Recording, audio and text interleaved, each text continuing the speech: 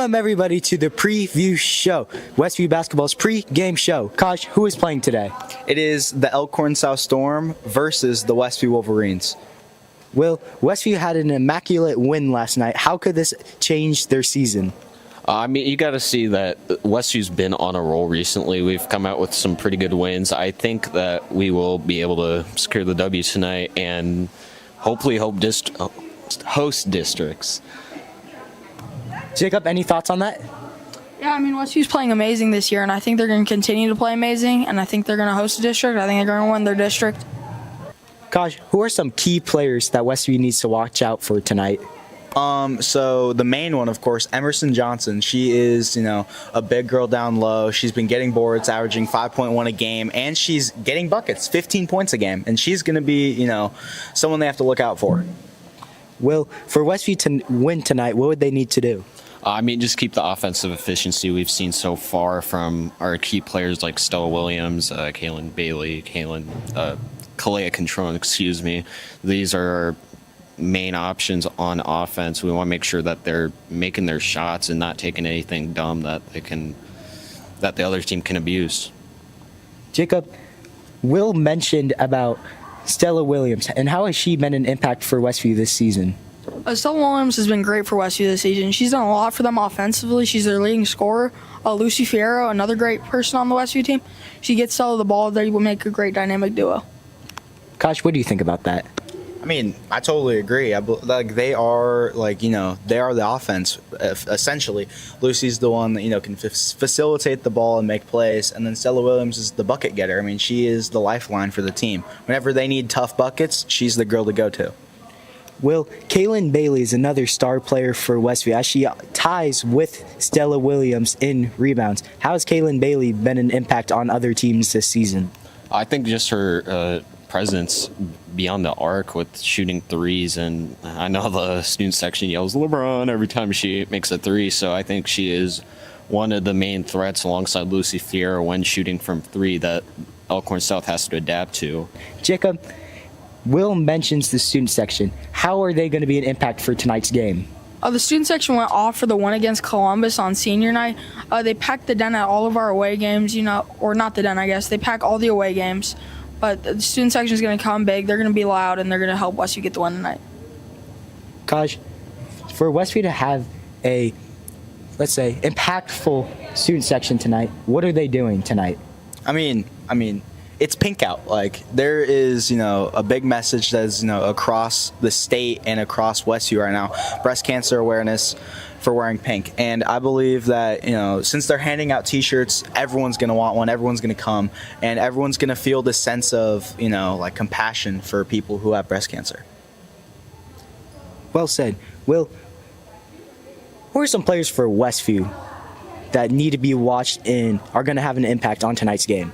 Taylor Smith, she's certainly found her groove in the last couple games, gotten a couple blocks against Columbus and whoever we played against last. I don't have the best memory. I'm like a goldfish, but we've seen her come out a lot more as a senior, being a more defensive threat. So I think that really also is a thing that Elkhorn South has to adapt to.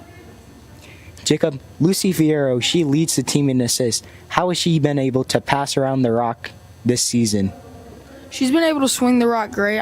She gets it to those playmakers, Taylor Smith, Stella Williams. She gets it to the playmakers, and it helps Westview win the games all the time. Kosh, you want to add on to that? These two guys, they said it perfectly. I think Sailor's going to have a really big game. She's going to need to, attack the offensive and defensive glass. I've been saying this for multiple weeks now. If you can get boards, you're going to win the game. Will, Kaj mentioned boards there in his little spiel. How would Westview need to get some boards tonight? Just shooting the ball, we can't let go. We've been on a hot streak with threes from different players like Stella Williams. She had a couple big games. I know Kaylin Bailey has had a couple big games too. You just want to keep shooting. If it doesn't work, you can transition to going in the paint with your bigger players like Sailor. But otherwise, just keep throwing the rock and hopefully it makes it in. Jacob, Westview has a big game up against Kearney here at the Den in a few weeks. what would they need to do tonight to help prepare them for that big game? They have to win tonight, obviously. That's going to help them host districts even more. And I think they have to get that one against Kearney to be in a good high district that gets them an easy path to state that they can go make some noise in state. Kaj, Westview subs a lot of their players. How have they been able to keep their players so fresh and ready to play? I mean, you just said it right now. They've had like eight women subs, multi women like substitutions, and I feel like because if Stella's, just say Stella's been in there for 40 minutes a game. I mean, she's gonna get tired, and I love how people from the bench are able to step up and fill those roles. Like whenever you need tough buckets, there are girls on the bench that come up and can make tough buckets or get those rebounds and be those glue women. Well, in a couple of the recent games, Westview's shooting has been either really on fire or really on ice. What could we see them shooting like tonight?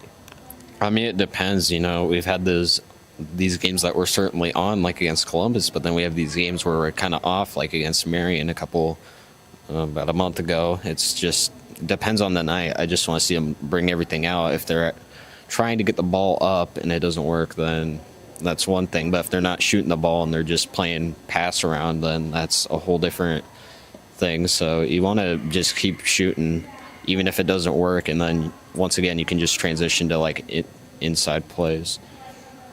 Jacob, any thoughts on that? Oh, yeah, I agree. I think Westview needs to shoot great. I mean, they have their off nights, as Will mentioned, like Marion. If they can make their shots, I think they will win tonight.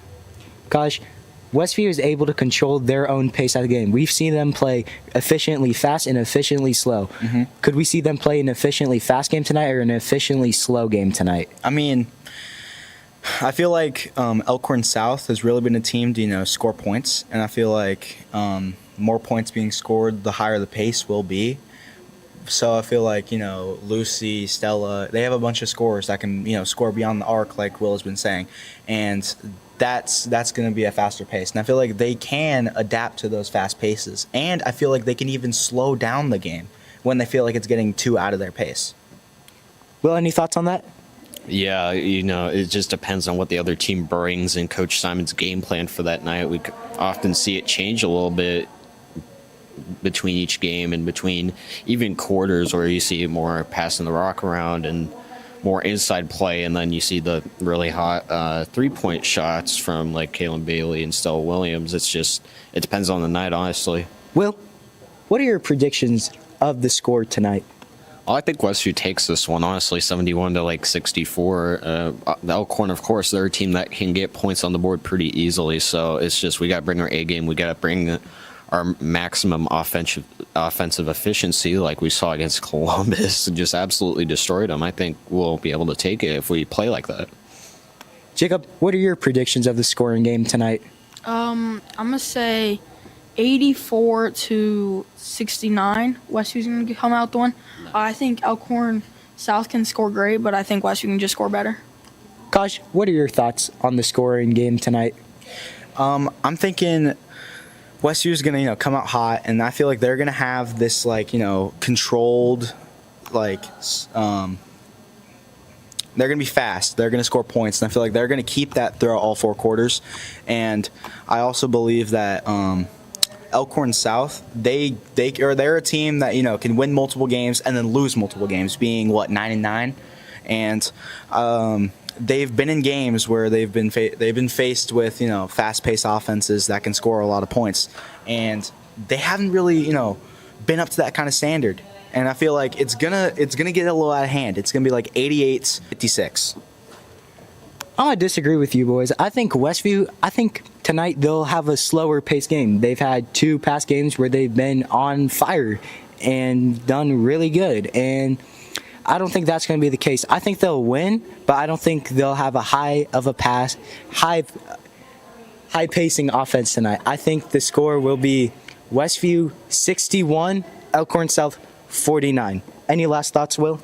I can see that perspective too. Of course, games always seem to shift when it comes to scoring. You got those really high scoring games, and then you have the low scoring game. I do think I'd say something like that, honestly, on second thought. But Columbus was a sadly really bad team that we played against. So I think if we play the same way we did against them, I think we should be able to get at least about 60 points from the whole team. Jacob, any last thoughts? Go Wolverines. Kaj, any last thoughts? Go Wolverines, and I hate cancer. And you have heard the Westview Basketball Preview Show. We thank you all for watching. Enjoy the game.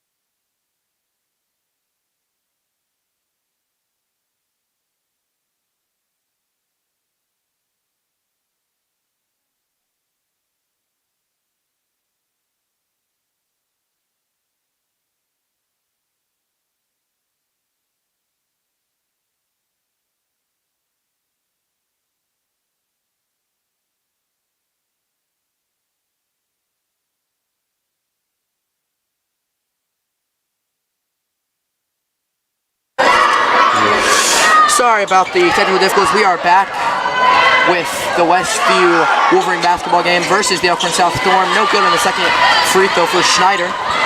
The game is 8-10 and Elkhorn South lead. Counter to Fierro. At the top of the key. Gets it to the sophomore Sawyer. That's it in the paint. A beautiful pass. Taking the contact and one for Sailor Smith. Much needed for Westview. A chance to go up by 1 with the free throw. Yeah, and Elkhorn South's a really physical team. They're going to be in foul trouble all game. That'll easily put Westview in the bonus. So we can see a lot of free throws from fouls out of this team. Yep, and you see that physical finish from Smith. She's pretty obvious the tallest player in this court here. She's been playing really good the last few games. So what can you get from her? The drive in from Schneider. Charge taken by the sophomore. Yep. Smart play right there. Yep.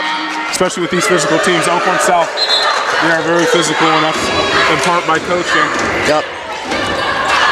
Of course, the turnover there from Schneider, but I've been impressed. She's been the one with the ball so much, the most so far for Elkhorn South, taking it up the court and a few aggressive drives, which have turned out good, but of course not there. Turner with the ball at the top of the key.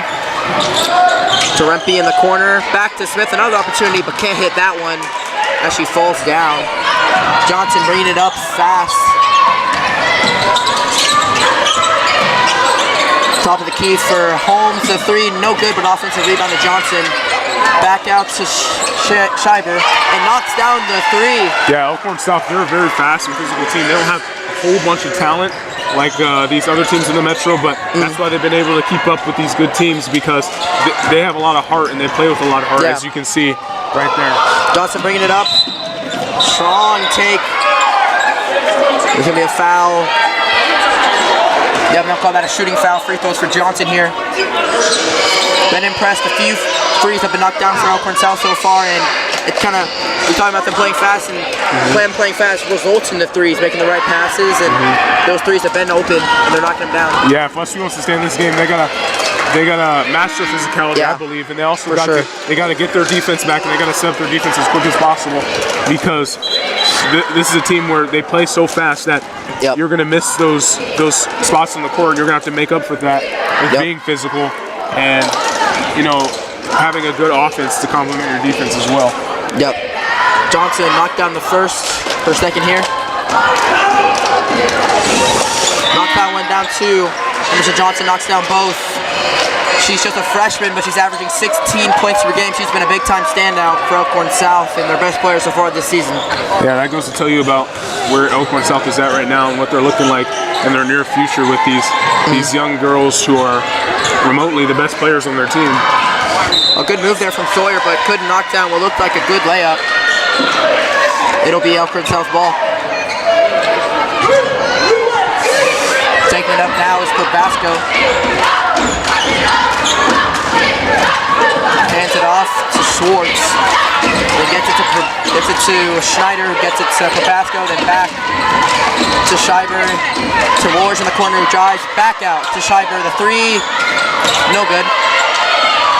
Too short on the 3 there, and it'll be Kalea Catrone taking the ball up. Catrone gets it to Sawyer. To Smith, the 2. Hierarchy is good. And that's what's impressed me from Sailor Smith. She's very tall, 6 foot, but has also showed a lot of shooting. She made some shots yesterday against Millard North. She's very versatile, and she's been that way ever since she transferred from Millard North last year. It'll be Westview ball. And a good charge by Catrone. That's what Catrone does. I don't think I've seen anybody take as many charges as her. She plays really hard, good at taking those charges. And like I said, Elkhorn South already pushed the Wolverines in the double bonus, and that you're going to see these charges being called a lot. You might think it's strange, but with these fast and physical teams, they play and they play like they can run through a wall, and so the refs get whistle happy, and so you're going to see a lot of these fouls called. Westview's done a good job matching that. I don't think that was their first turnover forced off of that. The charge there is great. Moving to the top of the key to Rempe, a good-looking 3, high arcing, no good. Pulled off in the rebound for Bailey, back out to Fierro. To Stella, another 3 opportunity too short on that one. It'll be Probasco to Johnson, bringing it up. The three from Wohlers, no good, but a big offensive rebound, nope. Scheiber And over the back. There we go. We see another one. She I think, just about jumped on Fierro's back, Yeah. and that clearly is a foul. That was a pretty easy call there. And the bonus, that'll be free throws. This is exactly where Westview wants to be. Yep, exactly where we want to be. Fierro at the free throw line, a 57% free throw shooter.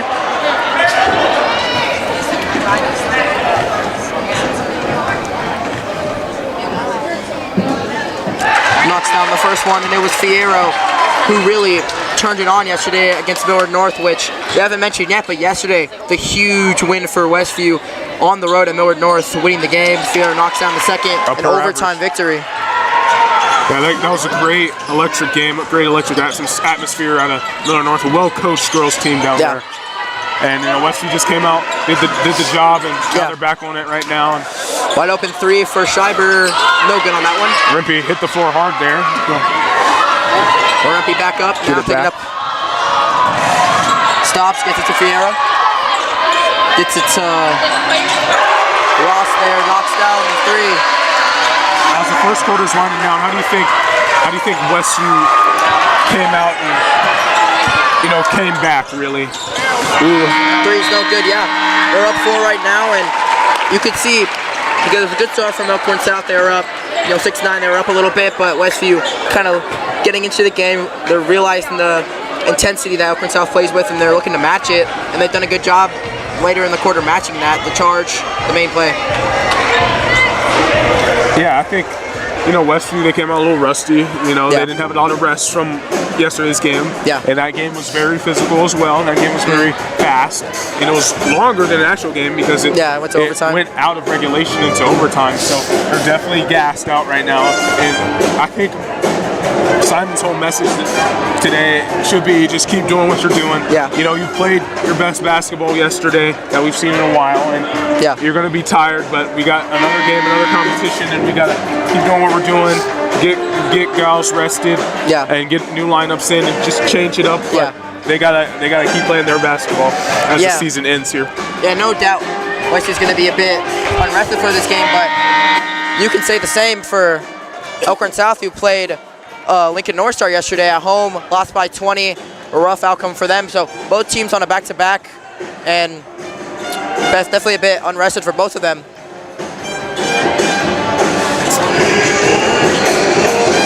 Coming back.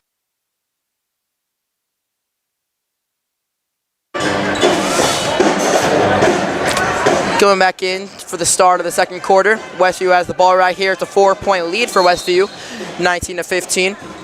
Fierro getting the ball here. Driving it up against Schneider. Stops and gets it to Williams, who drives from the elbow. Passes it in the post to Ross. Gives it out the counter. Back to Ross. Ross looking like a facilitator here. Gets it to Fierro. Back out to Williams. Step back. The three. Just short. And a nice rebound for Elkhorn South for Basco. Elkhorn South does a great job of this match defense that they play. They match up the players that they think will have the best overall chance with the other team's offense, and it's worked out for them so far through this season. Yep, beautiful step-through layup for Johnson. The post, the pass. Not going to get a call or anything there. It's knocked out of bounds, staying with Westview.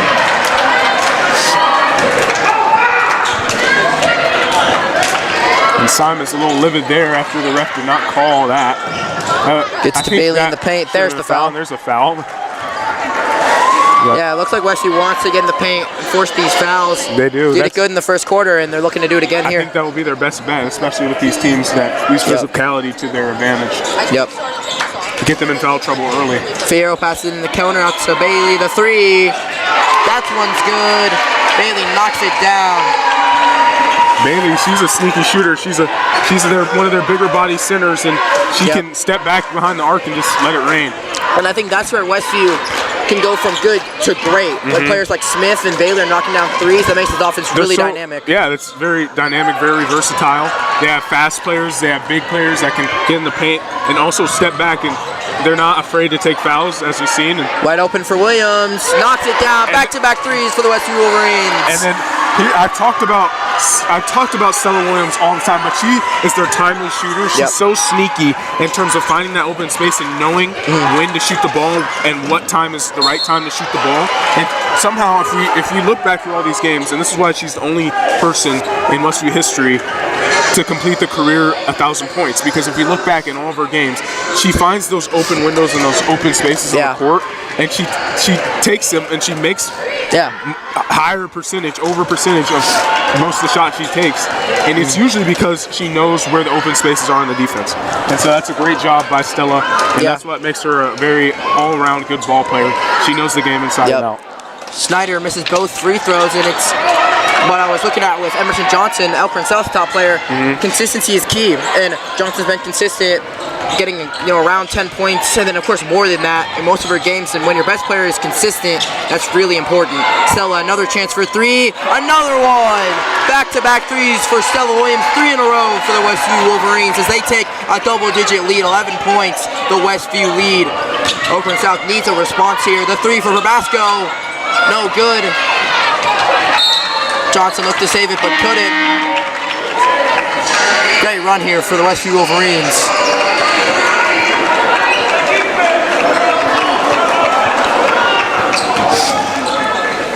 Was wondering about maybe a timeout or something for Elkhorn South, but they're going to let it go.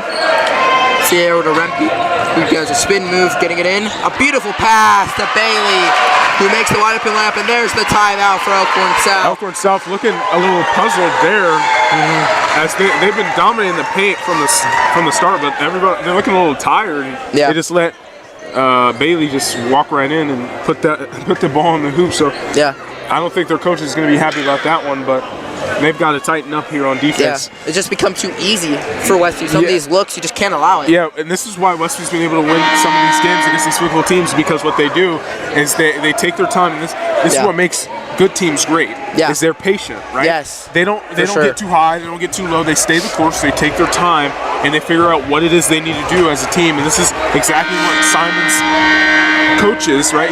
He coaches patience, and when the moment's there, we're going to attack, and we're going to get up, and we're going to stay with our foot on the gas pedal, and that's what Westview just came out and did from the start of the second quarter. As we run into 6 minutes, 5 minutes just about here. 13-point lead for Westview. I mean, that went from 0 to a lot.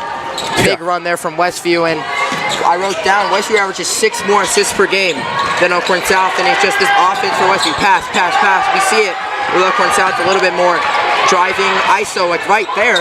Just too much there from Schneider. Looking to create a shot, he can't get it. Pass up to Catrone. You'll see a lot of ball movement, especially from these teams that... No good there. Looks like that was maybe an illegal screen or something, but it's a turnover. Back to Elkhorn South. You'll see a lot of these passes from Westview, because they're all about ball movement and finding those open spaces in the defense, especially since Elkhorn runs this match kind of technique with their defense, where they match their players on their players, but they still kind of run a zone. Great play from Rempe, forcing the steal. Westview looking to run. Catrone. Pass it out to Williams. Rempe the three. Short. Out of bounds, it'll be Elkhorn South ball.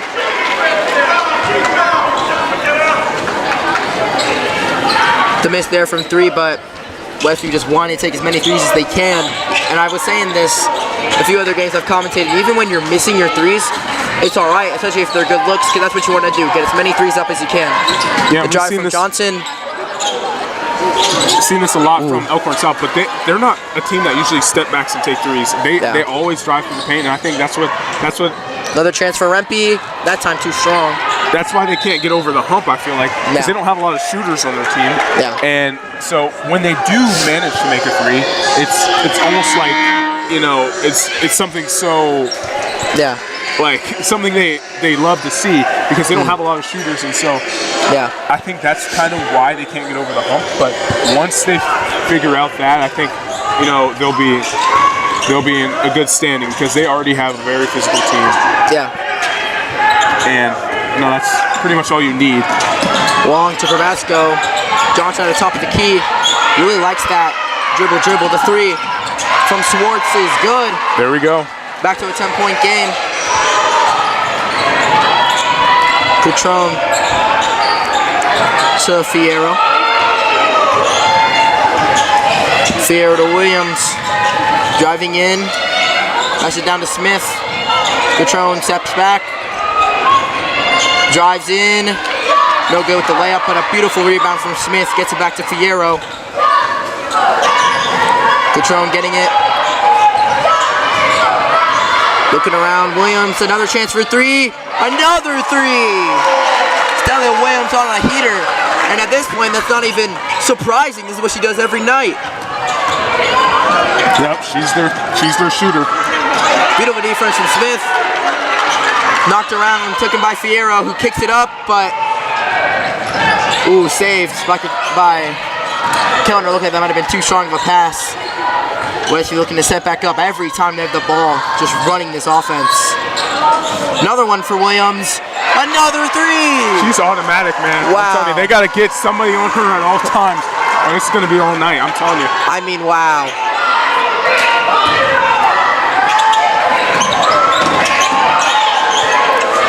Tabasco, strong finish there. 36-22, 14-point lead for Westview. Fierro driving in, kicks it back out to Williams. Maybe a heat check.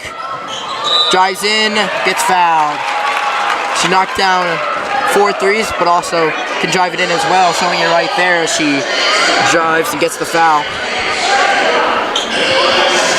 Slowly Williams at the free throw line, an 83% free throw shooter. Knocks down the first. And that's just so impressive with the 83% free throw shooter in high school, where a lot of people have their struggles with free throws. Stella Williams has no issue with it, and that adds on to her reputation as an elite shooter. The second free throw. Knocked that one down as well. Up to 17 for Williams as she hits the bench. Don't want What to a give her a beautiful break, start. save her for Yeah. next half. But great job by Carton and Stella Williams to push this team in the lead here as this second quarter is closing out. Yep, 2 minutes and 30 seconds remaining. The three in the corner, no good, but offensive rebound by Wong. At the Schreiber driving in, kicking it to Marasco. To Wong. Back to Schneider, but taken away by Rempe. All alone, the easy layup. 40 points for Westview. They're playing great team basketball right now. In the lead because of it. Elkhorn South. To Swartz for three, no good. With a rebound taken by Jeliana Williams. With no Fierro. Bailey for three. Another three! Westview lighting it up from downtown. They're lighting up the scoreboard right now. I mean, Yep. I would be a little livid if I was Elkhorn South's coach. We got to find something out defensively that's going to have to work with them, stepping back and just having free reign at shooting whatever shot they want. Yeah, you got to switch something up at this point. Westview's already done their damage, but as I said, you got to do something. Schreiber passing it into Woolers. Top of the key is Schneider. Gets the foul. Smith with the foul. Good drive there. And that possession kind of just shows it. They pass, and then when they're not able to create off the passes, they just drive into the paint. It hasn't worked too well for Elkhorn South, but the foul there. First free throw is good for Schneider.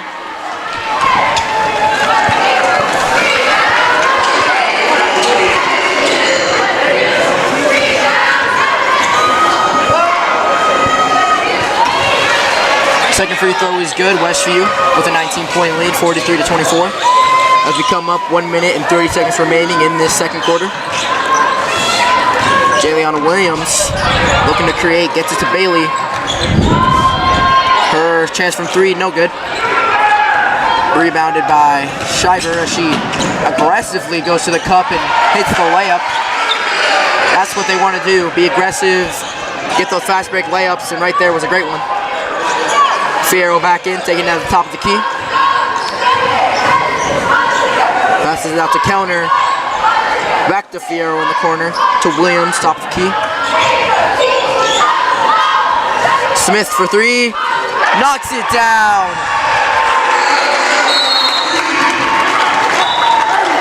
And it'll be a timeout. First the threes from Bailey, then the three from Smith. These bigs knocking down their threes make this offense so dynamic. Timeout there, we'll be right back.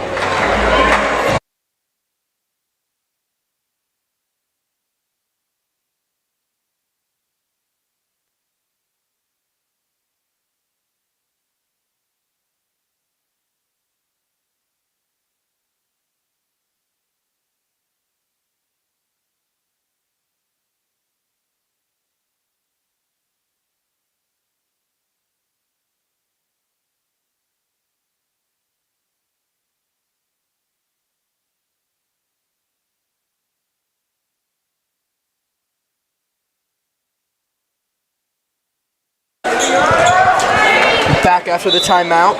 44 seconds remaining in this second quarter and first half. Schneider taking the ball up. Bit surprised to see no Emerson Johnson, especially in the late seconds of this first half. 6 it to Schreiber for three. Not even close right there, an air ball. It'll be Westview ball. Fierro taking it up. Fierro looking to slow down and get the last shot of the second quarter as we are close to halftime.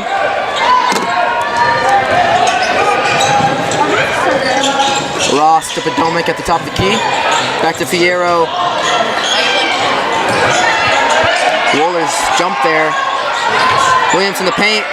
Beautiful move, but no good on the finish. Good defense by South.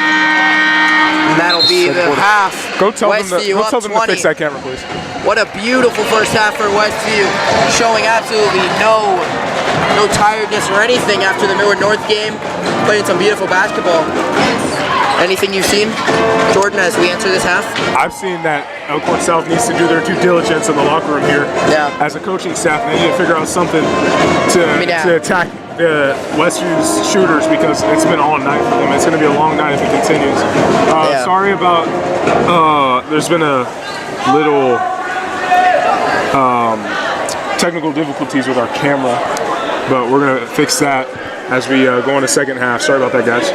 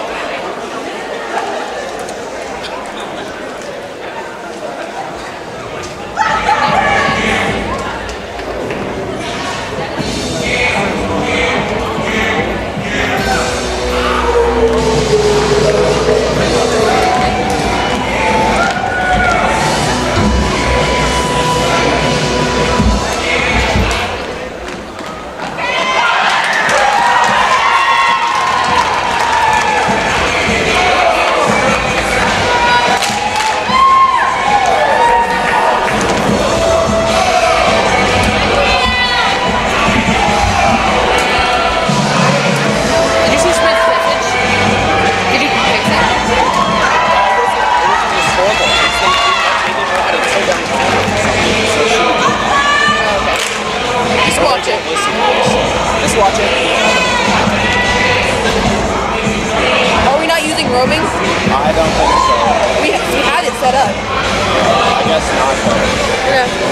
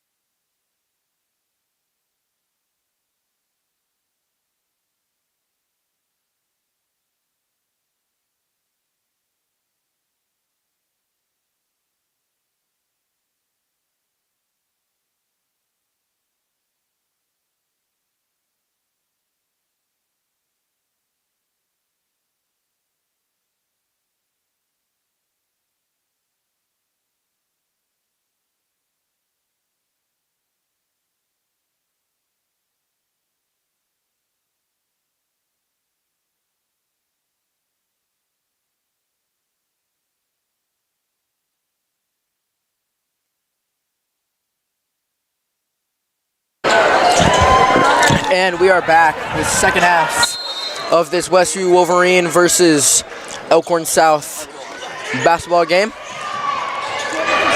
Elkhorn South needing a monster comeback to get back into this one.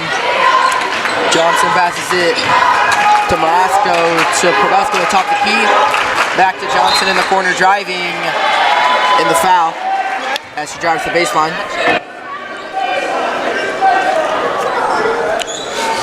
The Westview Wolverines up 46-26, 20-point game. Probasco gets it into Johnson. Back to Marasco at the top of the key to Wohlers. We get to Probasco. Wide open three there for Johnson. High arcing is no good. Kind of been interested with how Emerson Johnson plays, averaging 60 points per game, but kind of a weird play style. Doesn't play on the ball too much, but able to just make a lot of plays. Elkhorn South ball after the bad miss from Olivia Ross. Snyder taking it up. That's what she's done all night. Or no, excuse me, that was Probasco there who passes it to Wohlers in the corner. Or no, that was Marasco. Sorry about that. Bailey with the rebound. Great defensive possession there from Westview. Gets it to Williams. Counter in the corner. Back to Bailey, top of the key. Wide open for Fierro. Knocks it down. Second half with the same game plan, the threes for the Westview Wolverines. You see South trying to change something up there offensively. They took two girls back quickly and try to shut the ball down the court, see if they can get Westview having to scramble back. Great defensive possession there, and the great rebound from Bailey. Good look from counter. Another three. Westview can't be stopped. I mean, you gotta think like this has just been, you know, amazing for Westview and all, but you gotta think like you gotta do your due diligence as a coach. You gotta converse and see what's gonna have to change, because you can't keep letting them have these opportunities to step back. I don't even know if you have to up the intensity more or less, but maybe you gotta play a tighter man coverage. Yeah. You gotta play a switch man, some technique to change it up on Westview, because they're just having a field day with the threes right now.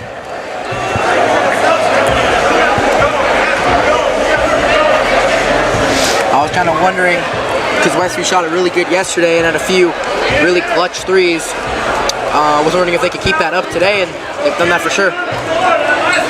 Yeah, most definitely. Like the example, kind of hate to do this against our own team, but the example is the boys team yesterday. Really good first 3 quarters, but in that fourth quarter, just couldn't knock down a three. And if you can't do that, no matter who you're playing against, you won't win. But it hasn't been an issue at all for these girls tonight, as they've knocked down everything. I feel like everybody has a three.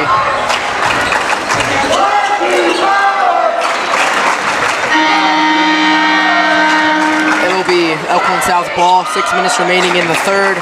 52-26. Westview with the lead. Probasco bringing it up. Drives it and kicks it to Schneider. She gets it back to Probasco for three. No good.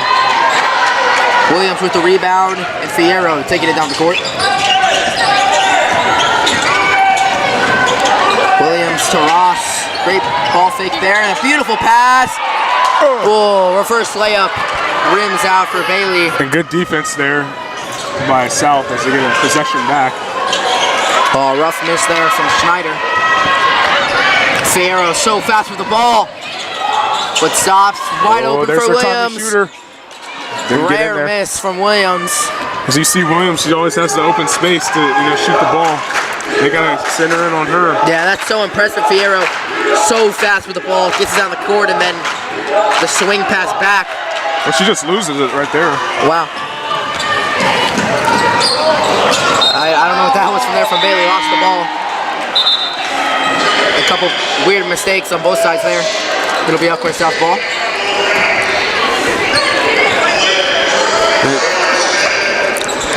Rempe and Catrone and Smith in for Westview.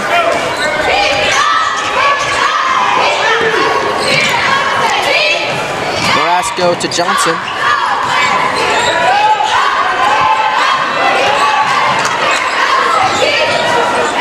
The kick to the corner. Schreiber gets it to Marasco. Looking for anything. And she gets it to Schneider. High pass to the corner. Johnson takes it. No good. Great possession from Westview. Wow.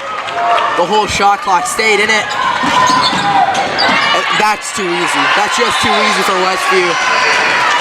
Wide open lane. And then a beautiful pass and the layup from Smith. And the timeout there. Nothing's changed. Yeah, Nothing's changed. I think the only thing that really has changed is Simon's been taking a lot of more timeouts than usual. I think that's because he's trying to give his girls some rest. They get dragged all weekend, so. Yeah. The timeout there. We'll be right back.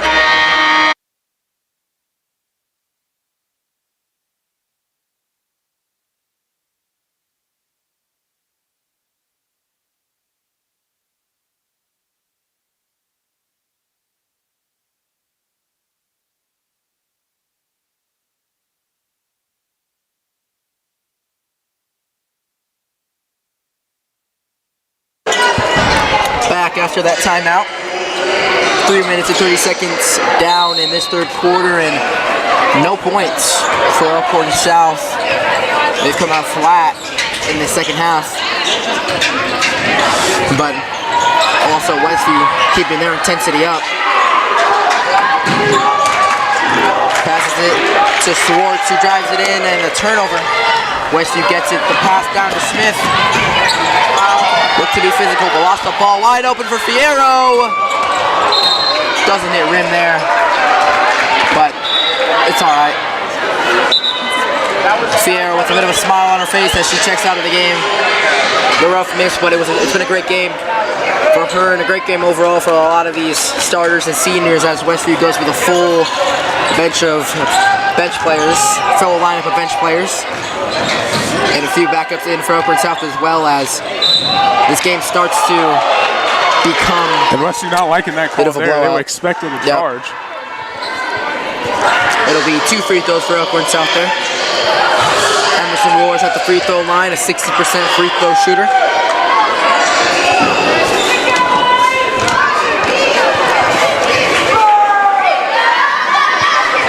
No good on the first one, as I said.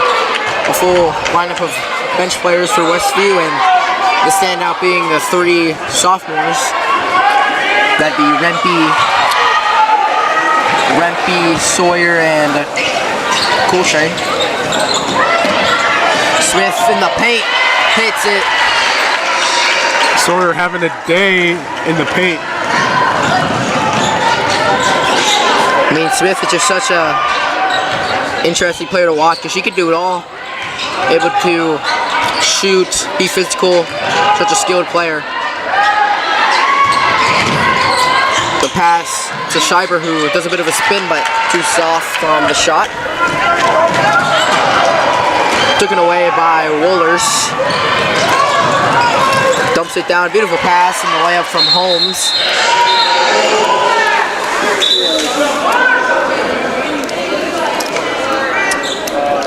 Few substitutions here. So you did talk about before we started about how Westview's lost to this team twice. Yeah. The past 2 years they've played them, and don't want to jinx anything but it looks like they're gonna probably come out with this win. Yeah, three game losing streak for Westview. They lost to them last year and then lost to them 2 times. And that was back-to-back games as well, I believe. A tournament, they lost them 2, and then just a season game after that. But looking to break that streak here as Westview's playing amazingly. And I remember I was at that game last year at Elkhorn South, and just wasn't the turnout you were looking for because that was a great team last year. The Westview girls last year, but a rough turnout. No good on the 3 for Elkhorn South, but the offensive rebound. And Westview, I mean, they're pretty much the same team as they were last year. Yeah. Most of their girls were juniors last year, and I think they had about only 2 seniors on their team. Yeah. For varsity basketball girls. And so it's pretty much the same team, and it's just about them figuring out what they need to do to come out and, be a physical team like South. Yeah. And even Elkhorn South, I mean, of course, Emerson Johnson wasn't there because she's a freshman, but hasn't seemed like too much a change for Elkhorn South, as similar records this year and last year, but of course the freshman we were talking about. Fierro back in the game, the only starter in right now. Back and forth from Coltrane and Fierro. The three, no good, but the rebound by Clay Patron. Beautiful pass to Smith. Too strong, gets her own rebound. Misses both. Another rebound for Catrone. Pesky, but that'll be a turnover as it rides the out of bounds line, and it does go out of bounds. Sun possession there for Westview with the 2 offensive rebounds, but nothing coming up from it. Something positive from that play in the paint by Saylor is you see a lot of these girls who are centers in basketball now, and you see them they take it, and if they don't finish, what they do is they get the rebound and they go back down and dribble. That's not what Saylor does. What you really need to do is if you don't finish, you get the rebound and put it right back up. And Saylor tried to do that. She couldn't, and she got right back on defense. And that's a positive from that play. That's good coaching as well by Westview to teach that. Deep three from Johnson, a little bit short. The rebound from Smith, who's done it all today. Williams back in the game. Deep three for Kellner is good. Another three for Westview as they continue to make it rain tonight. It looks like they're going to ice it here really early. Yeah, Westview just come out hungry. Great performance. Push there. Score is 59-31. Westview with the lead, 28-point lead.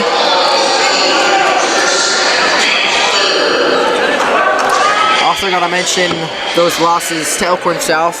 Last year was on the road, this year at home. And that definitely does play a factor, especially at the Den here. Pass to the corner, a good look for Johnson, no good. Yeah, I'm someone who firmly believes in home court advantage as well because momentum is everything. When you have that momentum at home, everything just feels more electric, and it's like you're playing for the people you love and who show support to you, every week in and out. And so I think it definitely does have an impact being home court and just being there with your fans. Strong move from Sawyer, but can't hit the finish. Seen that a couple times from Sawyer. Nice move, but not able to finish. Back to Sawyer, who once again just a bit of a rough finish. Just a sophomore. Some good varsity minutes for these sophomores. Nice finish there from Tabasco. And the standout for me is Emerson Johnson, the best player for Elkhorn South. Just 8 points, and this is something that Westview done really, really well. The best player for the opposing team. They've done a really good job being able to shut them down. They've done that tonight. They did that in the last girls' game I commentated, and that's just so elite when you're able to shut down their best player, make other players have to step up, and nobody's done that. Jump ball there. It'll be Wolverines possession. Most likely their last possession as there's just 5 seconds remaining in this third quarter. Westview up 59-33.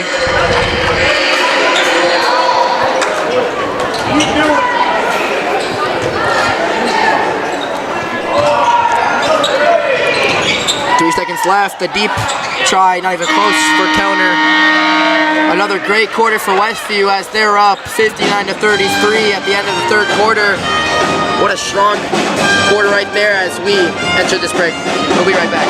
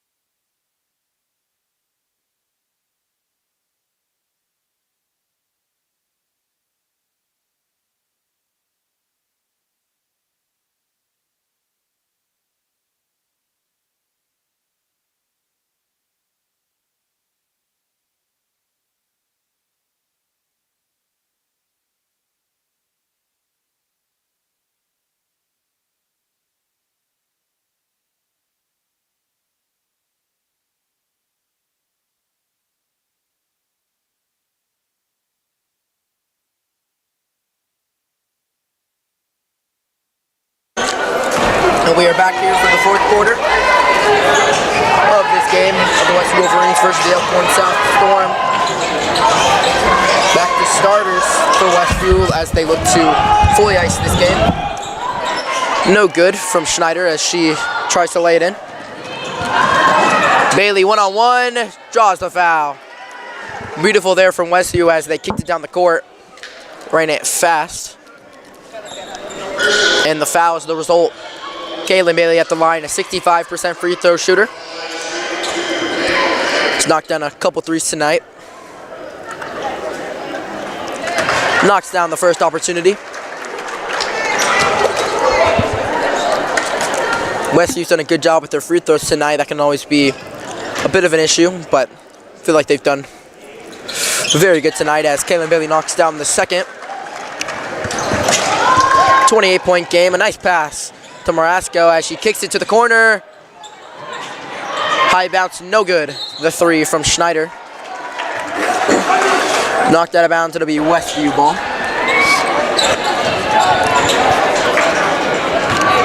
I'm trying something different offensively from Elkhorn South. I think it might be a little too late to change up a whole lot, but yeah, but you gotta try something. They gotta try something, definitely. Zero to Williams. Pull up two. No good.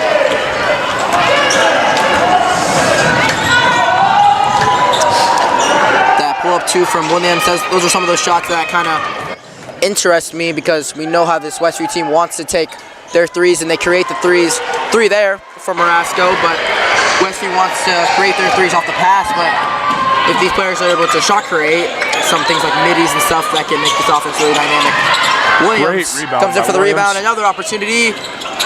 No good. Not there. 2 3-point misses there, but they were good looks. Yeah, Beautiful Elkhorn pass. Great finish there from Schneider. Getting down the Elkhorn court South faster, Elkhorn South is. Yeah, Elkhorn South needs more of that.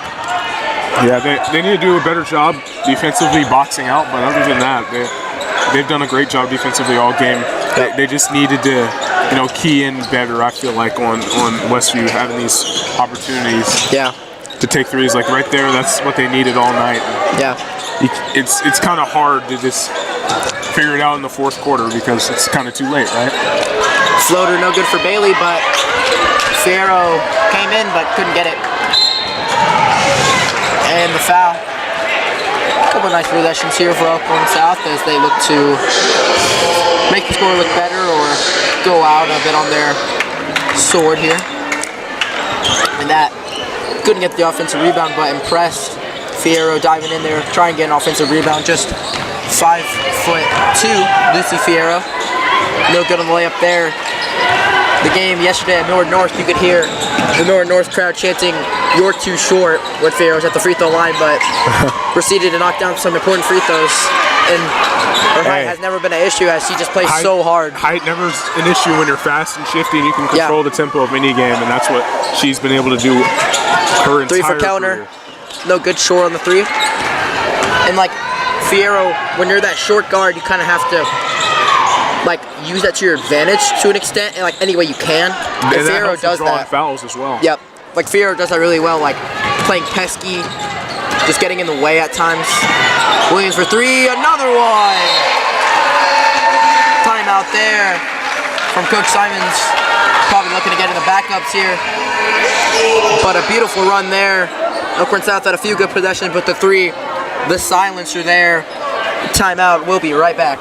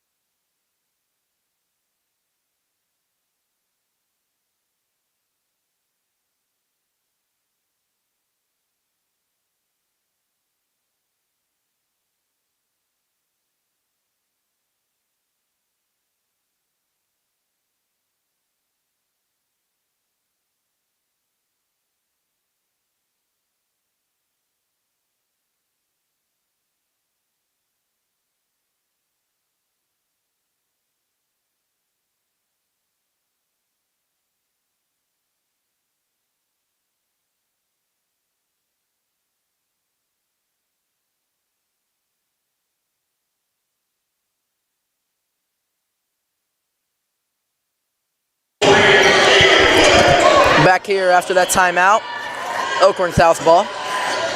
Full lineup of bench players once again for Westview. 1 junior, 1 sophomore, 3 seniors. The 3 not even hitting the rim. Catrone taking it up to Rempe. Really intrigued me when we see like no Fierro, but Rempe in. Rempe being the one who's taking the ball up.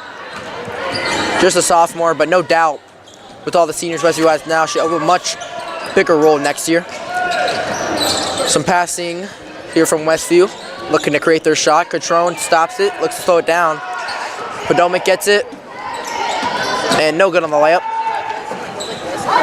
Once again trying that deep pass, but what a play from Rempe who read it.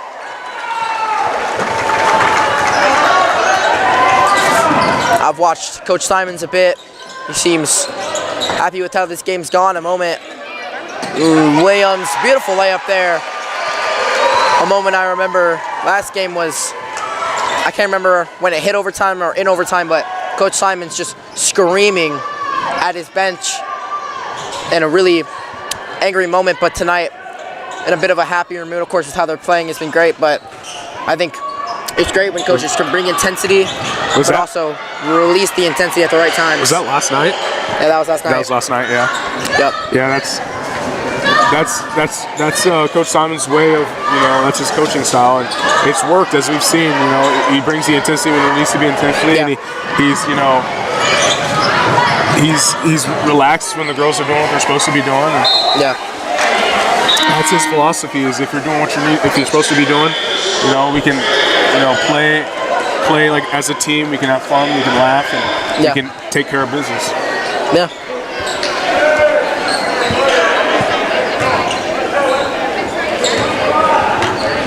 These are those games that you got to feel good about. Westview cutting down on their mistakes.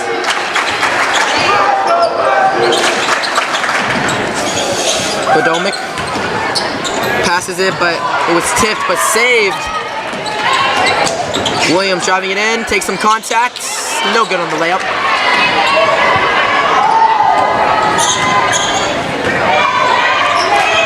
Bit surprised we saw Williams got in pretty early yesterday against Millard North, but didn't get in too early this game. 66-40, Westview are leading by 26 with 3 minutes remaining in this fourth quarter. Passing it around, getting into the paint. It'll be jump ball, possession, Westview.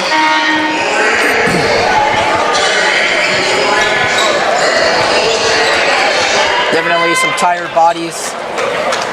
Smith and Colin Catrone hitting the bench, who played a lot yesterday as well. Definitely tired, but got the job done today. And now we're to that full lineup of backups here. 3 sophomores, 1 junior, 1 senior. Coltrane to Rempe. Yeah, and Westview with a stellar 26-point lead going into the final minutes of this fourth quarter. Rempe drives it in. No good. But gets it back, and it'll be out of bounds. Rempe did step out of bounds, and then she came in and touched the ball, so that results in to Elkhorn South ball.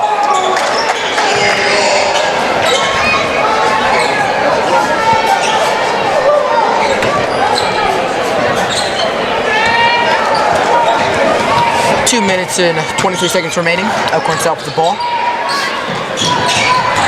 They also have a lineup of their backups as well.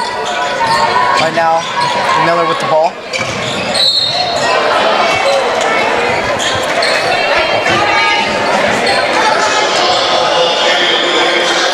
It'll stay up on South ball.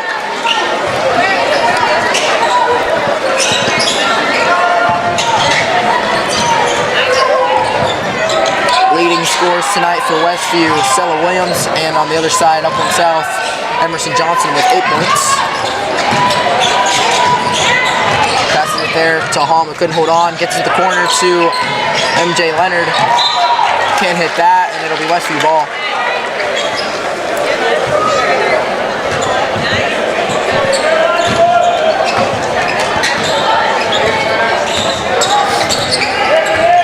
multiple freshmen in here for Elkhorn South. This is a young team. We were talking about Emerson Johnson, the freshman, and Macy Schneider, the sophomore, and then a few more freshmen in here. 1 minute and 30 seconds remaining. Sawyer tie up, gets it back. Looking for something. Taken away by Elkhorn South. That was a drum ball. No good, but the offensive rebound by Hom. Bit of a dry scoring drought for both teams here. 66-40 for a while. Leonard got it to Hom, who kicked it out to Brumbaugh, back to Mackey, to Leonard, looking for something, but it's taken away by Podomic, who gets it to Rempia, far pass down the court. Podomic for three, knocks it down. And Westview's going to run away with this one as there's 35 seconds left in this game. It's been a great game calling with you. Yep. And now we can look forward to Westview girls' next game, Kearney at home next week. Kearney, one of the highest ranked schools. Really great team there, and I have no doubt that'll be an amazing game here at the Den. Yeah, that'll be a tested challenge for Westview. And as they enter district play and hopefully can make it to state. And great job to Elkhorn South on their season. Yeah, as young well. team for sure. And future's looking bright for them. Yeah, no doubt. And I was thinking about the win versus Millward North yesterday. Amazing win, that was great, but I feel like if you're Coach Simons and some of these players, you have bigger goals than that. Like, that was a great win, of course, but as I said, you got bigger goals than that. Happy to get the win, but you're looking towards things further in the season. The three, no good. And that'll just about do it. Westview up 69-40. Gonna pass it in and finish it. What a game for Westview. They make it back-to-back days, back-to-back wins. Impressive performance for the girls. Thank you all for watching. We'll come away with the victory. Thank you guys for watching. Stay tuned for boys versus Elkhorn South as well. Yep. We'll be right back.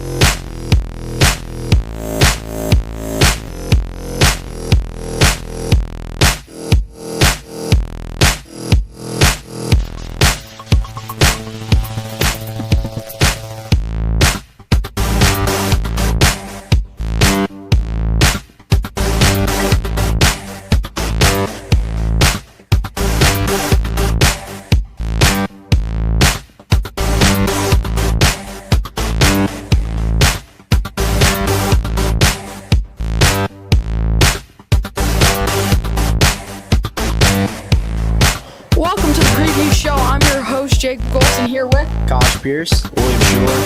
Alex Wagner. Today we see the Wolverines take on the Elkhorn South Storm. College Westview coming off a tragic loss to Millard North. What do you expect them to change tonight to win? I mean, you kind of needed that one. If you wanted even like the slightest chance to host the district, then it's a tough game, tough environment. I would expect them to, maybe slow it down even further. They could, instead of trying to shoot beyond the arc, they try to, get into the paint or, get their guys in space in the middle or stuff like that. Well said. Alex, any thoughts? Well, Kosh made a good point, but I think Westview, for them to, they had a tragic loss, and what Westview needs to do, they need to pick it up.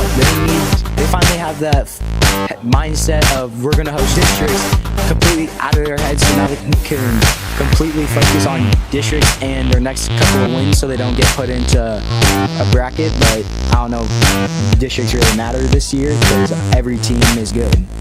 Well said. William? Honestly, even as diehard Wolverines fans, I think we all saw the loss coming. But it's just you gotta get that out of your head and just focus on the future. Play good against Elkhorn South, play good against Kearney, play good against whatever team you end up in districts. It's more about making a statement of, even though we haven't played the best so far this season, this is really the time we want to bring it out. We didn't see that last year, of course. It was kind of the opposite, actually. We were undefeated until Pregame prep in January, and then we played really good until we just kind of fell apart at the end of the season after we became Nebraska Prep's #1 and had that pressure on us. So I think this loss, although unfortunate, it's lifted a lot of pressure, so I do think we will be playing better. Well said. Villanova was ranked 4th in Class A basketball before last night. Gosh, how do you think a guy like Charlie Bowler will affect the game for Elkhorn South tonight? I mean, Charlie Bowler, he is. I love to compare players to this guy. Sam Hoiberg, he's all around. Charlie Bowler, he's in the paint. He leads the team in rebounds per game, and he's a guard. That is pretty spectacular if you ask me. He averages 13.8 points a game, and he's a bucket getter. He's going to be a guy who has a target on his back from the team. Like, he can shoot beyond the arc, in the paint, out of the paint, in the wing. Like, he's just all around. Well said. Alex, any thoughts? Kosh basically took the words right out of my mouth. If I had any, I don't know much about that player, but he's a star player. He leads the team in rebounds category, and that's a key factor when you're playing a team like Westview. If you're able to out-rebound Westview, you pretty much win the game, and he's just going to be an impact for tonight's game. Westview just needs to find a way to get him out of the game, prevent him. Well said. Yeah, I think Westview's approach against Charlie Bowler tonight needs to be, we need to have our tall players in the paint. We need to have Walker Brown, even if he's not starting, we need to have him in the paint when he's in the paint to basically have them on each other's to prevent that risk of rebounds, because Bowler, of course, leads the team in rebounds, and you just, especially when you have a lot to fight for as the Wolverines, you don't want somebody who's just getting all the balls and throwing them down the court like they did like Bellevue West did against Westview about a month ago. Well said. We talked about the bigs. Now let's talk about the guards for Westview. EJ Swindle and Regan Hollingsworth. What do you think they will have on the game tonight, Josh? I mean, EJ Swindle, another guy who is like Sam Hoiberg. I mean, he's all around, and he's gonna, get the ball facilitated to his guys like Regan Hollingsworth. I mean, sure, he's been a little slower these past couple of games due to his ankle injury, but I would expect him, pick up the pace towards the end of the season. I mean, they're gonna need him. Like, he is a game wrecker. He is a guy who can change the pace completely, like we've seen against Lincoln Southeast.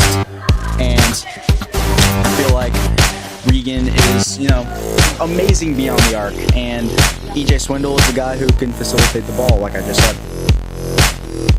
Honestly, Regan is going to be a key player tonight because he's basically like our version of Stephen Curry or Keisei Tominaga, to keep the Nebraska basketball references piling up. But, he's just somebody who can get where he needs to and make the shot most of the time. And I know I've known him since middle school, and he's just been on fire from three every night, every game that they've played. I remember when Buffett played against, I believe, Norris in the City Conference Championship. He was one of their key players, so I think tonight is a pivotal night for the Wolverines if they can get Regan and EJ on fire. Turnovers were a huge problem for Westview against Bellevue West. They went away in their other games, including Columbus, where they had the dominant win. Turnovers kind of came back last night in the loss against Miller North. Kosh, what do you expect to see the turnovers do tonight? I mean, like you said, turnovers. That was a big thing against Bell West. I hate to say it, I was wrong last time we were on the show. I said that, they had to do more pop and pass, keep the pace up. But also in that, they have to, make it so that it's more simple. Like when it's simplified, EJ Swindle can make the easy pass and get the ball to his guys. And that's what they got to do. If it's too fast, it's too fast. You can't really knock that on them. And sure, they barely had any turnovers against Columbus, but no offense to Columbus, it's Columbus. And you can't really, make that something that like, oh, we didn't have turnovers against Columbus, it's no longer a problem. You had turnovers last night and against Bell West, and both of those teams are top ranked, and you're likely to see them in a district or even in state if they make it there. So I feel like if they want to, make sure turnovers are no longer a factor, they got to simplify it, and they got to make sure EJ can make the easy ones. Any thoughts, Alex? It feels like, gentlemen, we talk about turnovers with this team a ton. Whether we're calling the game or doing a preview show like this, it feels like turnovers are the major factor for this team. And just like any team, turnovers are a major factor. We've seen Columbus turn the ball over. And what Westview do? They took advantage of that. Millard North, we turned the ball over. What they do? They took advantage of that. Creighton Prep, we turned the ball over. What they do? They took advantage of that. Bellevue West, what they do? When we turned over the ball, they took advantage. Westview, they need to stop turning the ball over. And maybe they need to cause turnovers on Elkhorn South. They need to be the team that Elkhorn South is afraid of tonight. They need to play their own game and keep the game like that. They need to play their game. That needs to be the story of the night. Westview playing their own game. I completely agree on that. Our turnovers have been atrocious. Again, repeating kind of what Kaj said, we played Columbus and didn't have any turnovers against them, but they're one of the worst teams or worser teams in Class A. When you play against these good teams, you got to bring that same energy that you have against Columbus, against Buena Vista, against bottom feeder teams. You can't just be like, oh, it's just turnovers. It's because turnovers are our kryptonite, and it's just something we need to work on, something we need to improve. Even when we're playing the not good teams, we still got to make sure we are bringing that energy from Columbus and bringing it to Westview and on causing turnovers. I think that is something that we need to do too, because we have a lot of big men. We have a lot of guards. Our team is really deep on the roster. I don't know about skill, but we have a lot of players, so you want to encourage more of that. I don't want to say foul play like we sometimes see with the girls team, but like just getting in there and playing tight defense, man on man, and just attacking them pretty much. Well said. Tonight is Westview's Pink Out. That always means so much. Breast cancer awareness. Everyone has someone they think of when they think of breast cancer awareness. Kaj, what is this game going to do for Westview and the Den? I mean, breast cancer is terrible, and I feel like everyone agrees on that, and everyone's going to want to show up, show support, and pink is an awesome color, so people are going to want to wear pink. And to put it on the more light note, everyone loves free stuff, and the first 50 students get a free t-shirt, so why not come show out, and maybe you'll get a t-shirt for free. Well said. Alex? There's a saying out there that says, real men wear pink, and tonight we see that statement. We'll see everyone wearing. We'll see boys and girls and women and men and children. We'll see everybody wearing pink. It's a statement. It's bringing a community together. We all think of somebody when we think of breast cancer. And, like what Kaj says, cancer sucks. It's, not everybody likes expressing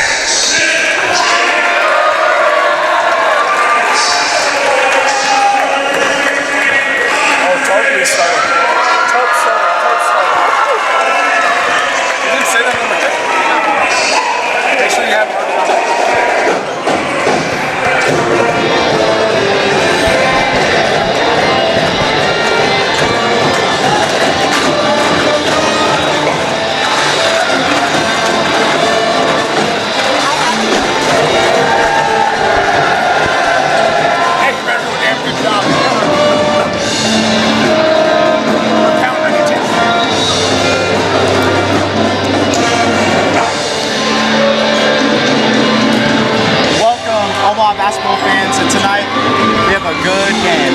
Westview versus the Elkhorn South Storm. And I'm expecting some big things from both teams. Westview coming off a loss to Millard North, and Elkhorn South coming off a W against Burke. Westview wants to tip.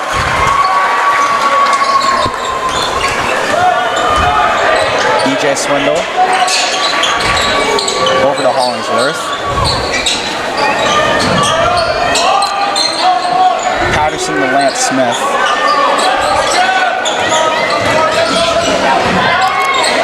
Over to Andre.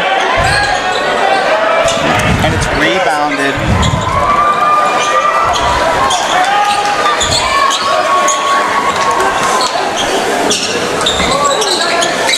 Elkhorn South is going to make something happen. And it's rebounded by Lance Smith. Off the missed shot by Charlie Bullier. And the and one for Smith. He's going to go to the line. Yeah, good shot by Lance there. Just to put him ahead early and draw the foul, maybe get some momentum going. You didn't see that a lot last night versus Millard North, so it's something that really needs to be put into the game plan tonight. For sure. Smith not able to bury that free throw. Johnson Jr. with a Flanagan. Pass goes in and out of the hands of Charlie Buller.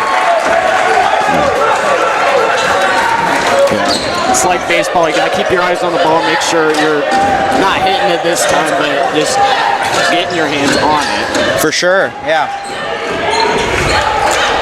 Lance Smith over to Tarpley. Patterson for the midi. It's no good.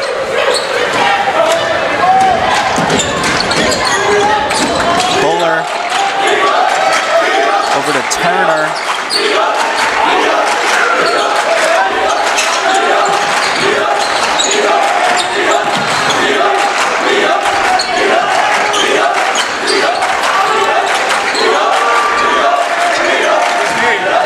Noam Shy. Able to get the floater, and Storm able to even the odds.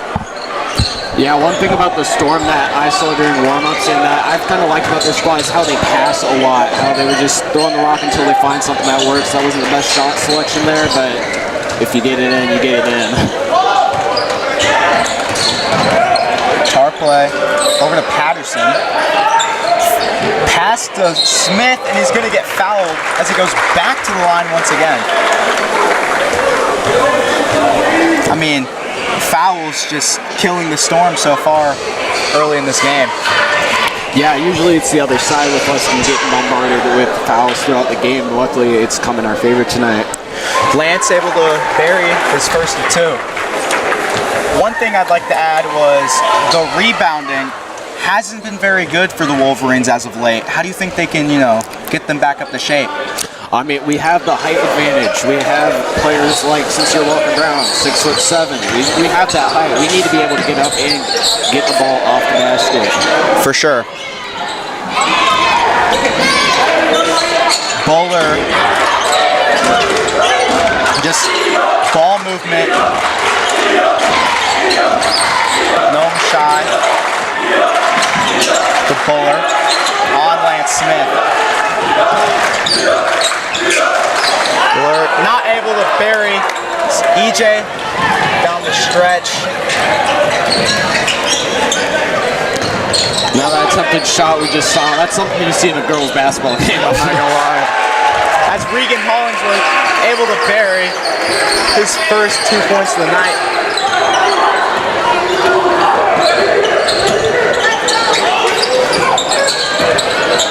The switch off the screen. There's a foul.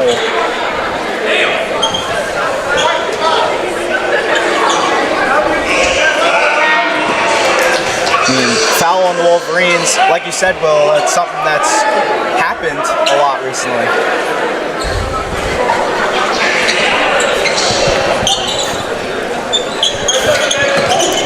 Flanagan Gonna screen to his man, Johnson Jr.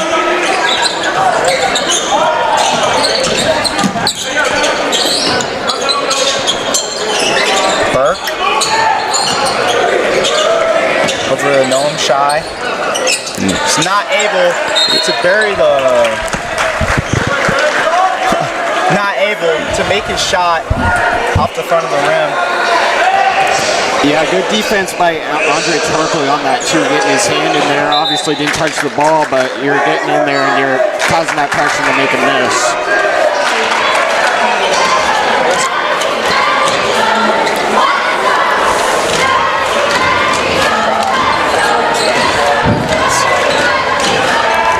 Swindle over to Smith, down under. Lance. Not able to get his rebound. That is Storm's ball. Off the foul. We do have some substitutions, major substitutions. Walker Brown, Griggs, and Copples in for Lance, Tarpley, and Hollingsworth. Wait, just Lance Smith, Regan Hollingworth, and EJ Swindle.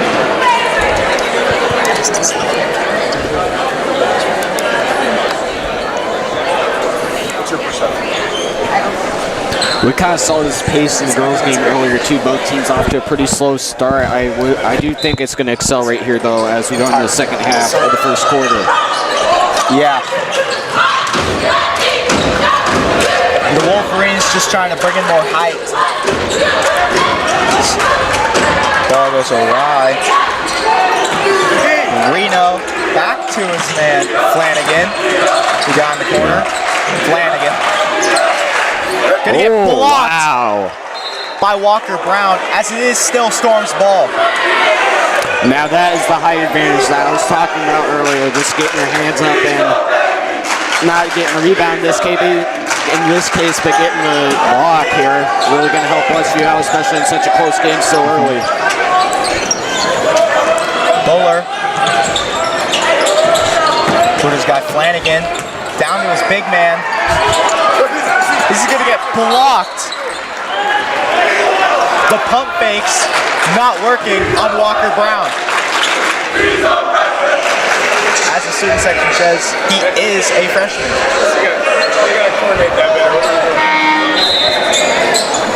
I mean, that is a matchup I'd love to see. Noam Shai on Walker Brown. Yeah, a more wide big man versus somebody who's got a really big height advantage. You're going to see a lot of, I don't know how to describe it, like checkers almost. As Flanagan able to get the and one. He's going to go shoot the first free throws of the night.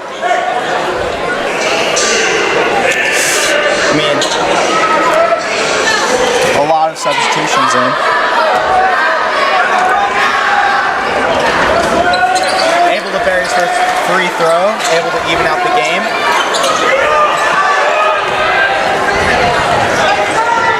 Griggs, over to Wise. Copples, make something happen. Down to his guy Wise for three. And it's good! Amir Wise, the sharpshooter from beyond the arc.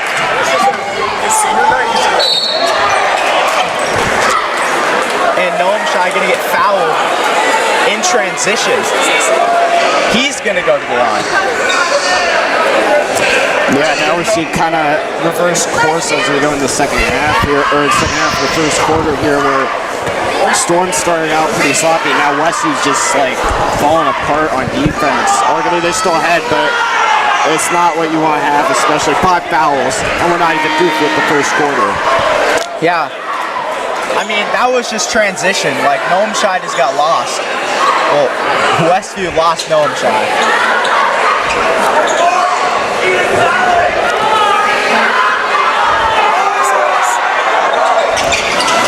Free throw no good, and it's rebounded off the Walker Brown tip.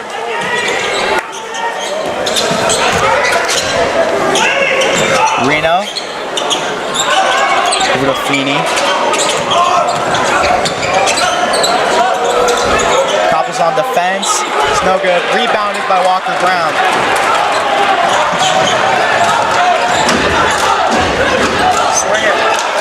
Amir Wise is swinging over the Copples for 3, no good. Wise able to get his rebound. Swindle for 3, in and out, hitting both sides of the rim. Yeah. Not having the best of luck with the 2-point shot tonight. Noam Shai, not able to make the layup. It's Walker Brown on the fence. Yeah, Sincere's really been dominating this in-paint matchup so far tonight. Walker Brown for 2, no good. That is not rebounded by Fincher.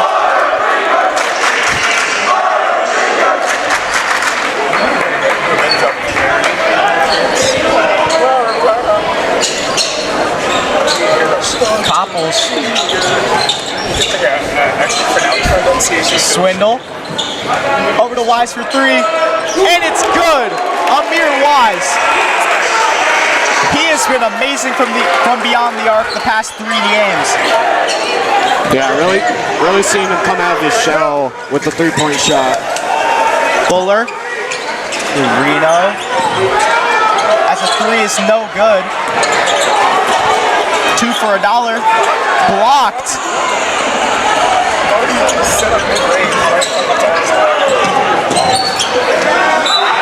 Sincere has just been a force in the paint, but forcing a foul.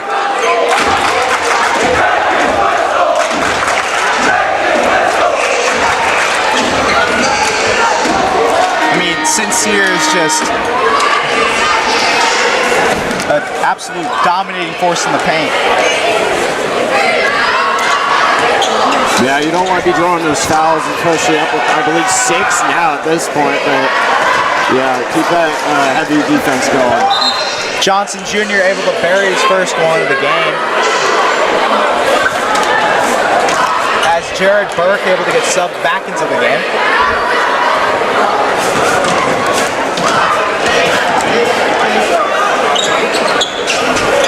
Johnson Jr. is going to bury the second one.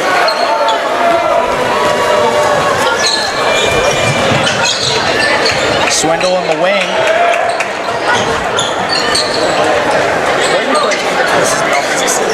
Over to Copples. Into the paint. And the layup is no good. Yeah.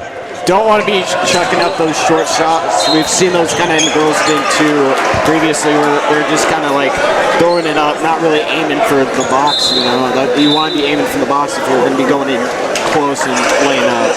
Yeah, it's a tough layup. Yeah.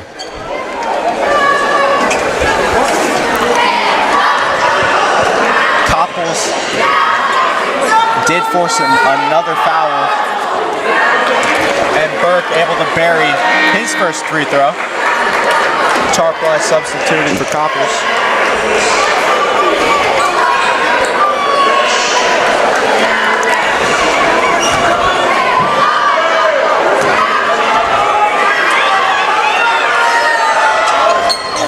Johnson Jr. not able to bury his second free throw, but gets his own rebound.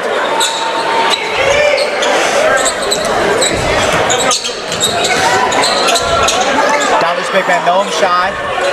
Over to his open man. Beyond the arc, and it's good. Burke able to give the Storm the advantage. Wise for 3. Off the left mid of the rim.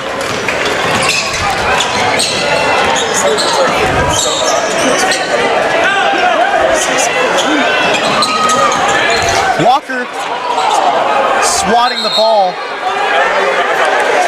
in his Westview possession.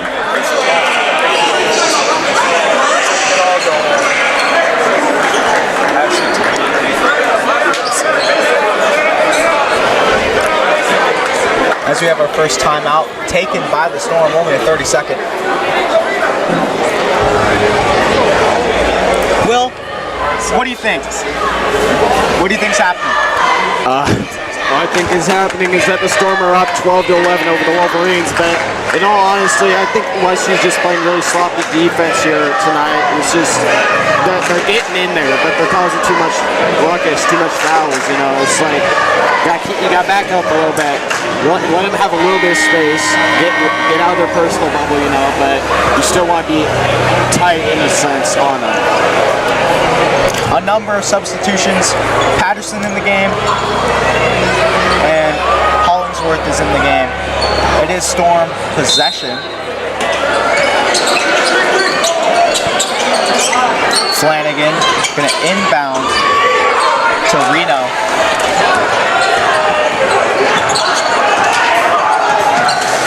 Reno gonna screen over to Flanagan. Another screen. Flanagan over to the guy in the corner. It's off the back of the rim. Oh, foul by Patterson. Now, what are we doing there with that type of defense? There's no reason to be jumping over him, especially when he's a couple good feet away from the basket itself. There's no reason to be so, not atrocious, but be so jumpy about it. Yeah. As Johnson Jr. able to bury his first of two. I mean, in all honesty, Johnson Jr., that was a pretty nasty pump fake. I mean, it got Patterson where he jumped over him. That is true. But I've never played a day of organized basketball in my life, and I don't think I would have jumped for that, honestly. Johnson Jr. able to bury his second one. Swindle's gonna get fouled. I mean, it's a Storm lead by 3.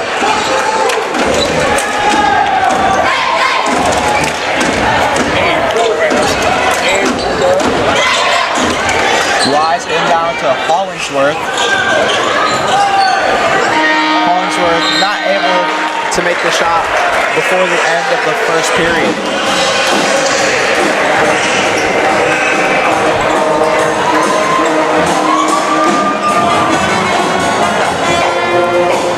Kind of a sad showing there, honestly, from the Wolverines on both sides. Kind of. I mean, we got our idea on defense. We just need to be executing more efficiently and not drawing all these fouls over 5 fouls now. And they're in double bonus, which for first quarter, what are we doing? We're not like Baltimore Ravens under John Harbaugh. We gotta just space out a little bit, maybe not go direct man coverage, maybe a little bit of zone in there. It's not WS. We're not playing against a team that's pulling a lot of trickery. It's a lot of passing, so I think the zone will work if the Wolverines decide to transfer to that on their defensive strategy. Yeah, I mean, the big men for the Wolverines have had a pretty good showing, I'd like to say. Walker Brown having multiple defensive stops. Yeah, this is a game that's going to come down to whether the big men for the Wolverines are going to be efficiently doing their job, not fouling out and drawing more fouls, just making sure they're doing their job, getting the blocks when they are able to in an efficient manner, and just making sure their paint is guarded. Swindle with the steal. It's going to be recovered by Lance Smith. And the Storm is going to take the charge, and it's Storm ball. Yeah. I don't even think his feet were planted for like a second there, so I don't know about that call, honestly.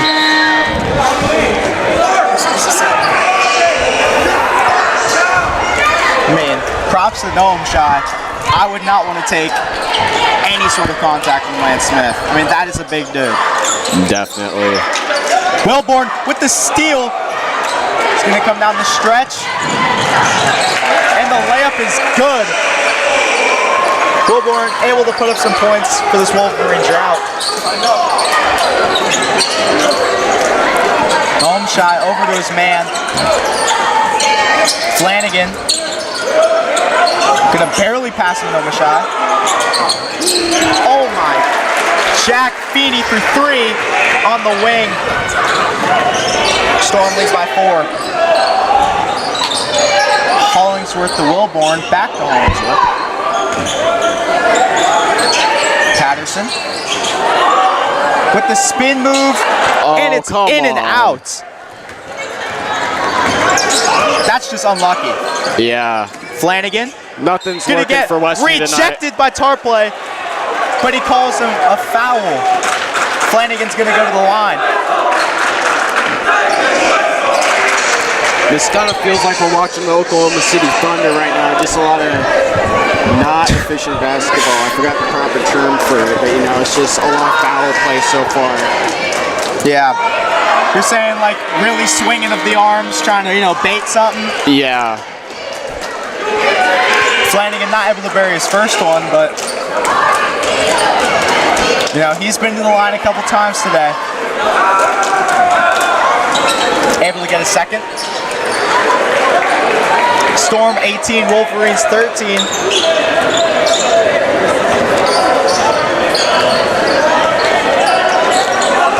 Wilborn on Noam Shy. Over to Griggs. Swindle on Flanagan.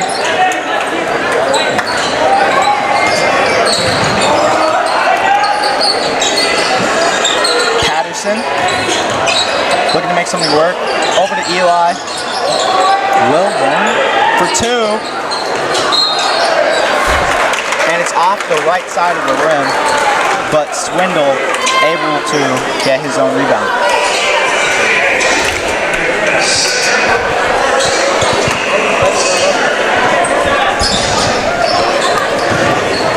Swindle in the corner.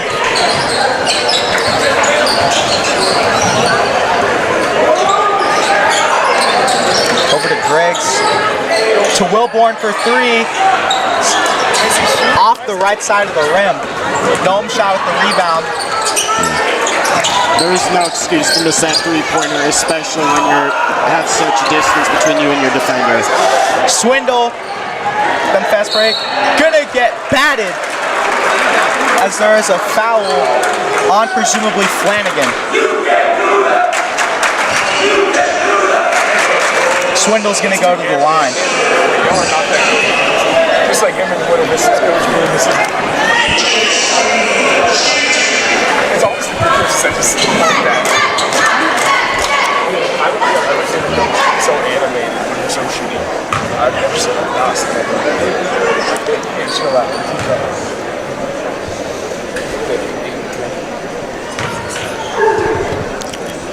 Swindle not able to bury the first one. Yeah, EJ Swindle really needs to step up here. Even though he's a freshman, he's been leading the team in points per game, 10.9 points per game here. So he really needs to start making these shots if they want to have a chance against the Storm, which it looks like so far they aren't going to have it. Swindle able to bury the second one. Reno over to Bowler.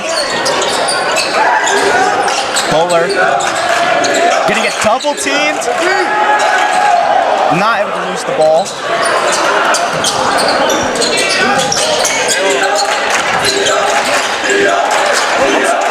Arena. Johnson Jr. Raffini. Johnson Jr.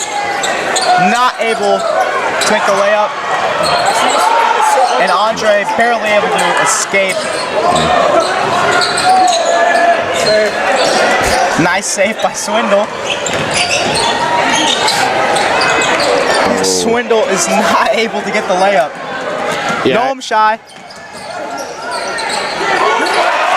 As the ball barely tips in for another two. Yeah, I think EJ's really viewing himself too much like Kobe right now, driving it too much in. He got a lot of good players. As the pass goes awry, the Storm able to save it.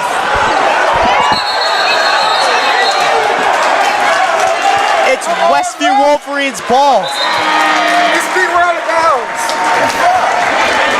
This is stupid. Call it.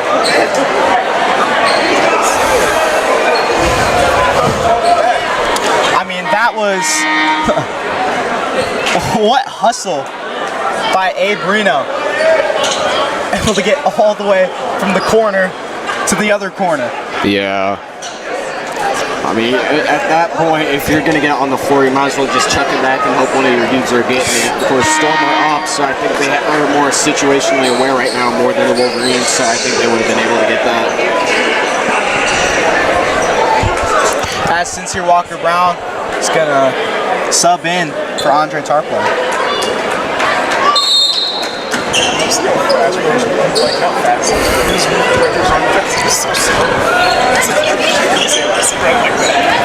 Swindle on Reno.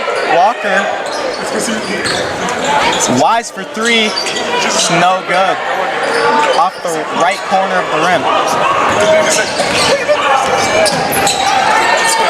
Yeah, Westview's just not feeling it tonight for three.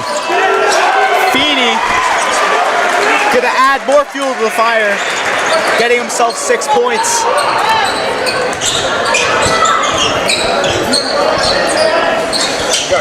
Wilborn, pass to Griggs.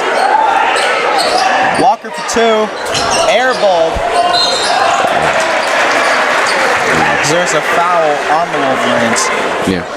Despite most of the team's shortcomings tonight, I think Elijah Wilborn has been kind of a speck of gold in the load of dirt that we've seen so far tonight. He's really, as a senior, he's really shown himself out to be a team leader.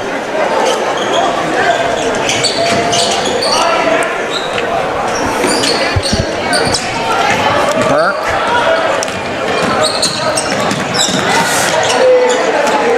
Over to his man. Johnson Jr. not able to bury the three. Rebound by Walker Brown. Looks like the Wolverines are starting, get some big men. Wise for two. Oh my. Walker Brown able to just loft the ball in. Get his first points in the night. Yeah, can we just talk about real quick how sloppy this shot selection has been? Like, you're just seeing balls going off the backboard, air balls. It's like, it seems like we have a 12U team out there instead of the Wolverines, which have shown themselves to be very hot when they have the right chemistry out there, of course. So, I don't know what's going on, but I hope Coach Freeman really sets them straight. I mean, in all fairness, the Storm is not, making it easy for them to make good shot selections. I mean, they've just been encompassing on defense. That is true. I do feel like that Westview is the better team, and they need to show everybody that they are the better team tonight. Of course, that loss last night to Northern North by 20 points was kind of sucking the air out of them, but, you got to put that behind you. You got to just look forward. Amir Wise gonna have a foul on Feeney. Hollingsworth is gonna sub in for Wise. Wise is a two-sport athlete. He's a defensive back. Yeah, he should be able to play better defense there. Buller let's just recap. Buller got absolutely lost and was free, but missed the layup. And Regan to get the rebound and is fouled. Yeah, I don't think any of those actions should have happened there. What I do think, unfortunately, he should have made that layup. Of course, you don't, because you just can't. But and then that foul shouldn't have happened if that layup was made. So, kind of both good and bad for the Wolverines in a sense. Hollingsworth for the Coppels for three. It's no good. And there is another foul. Refs are getting their payday tonight. Yeah. Multitude of whistles on both ends.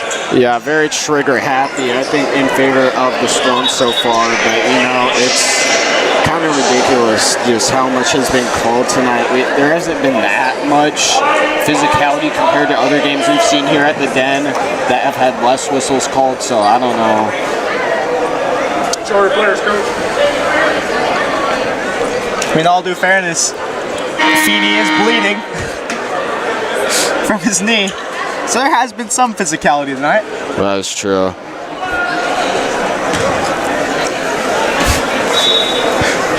He's gonna have to wipe it off again, maybe.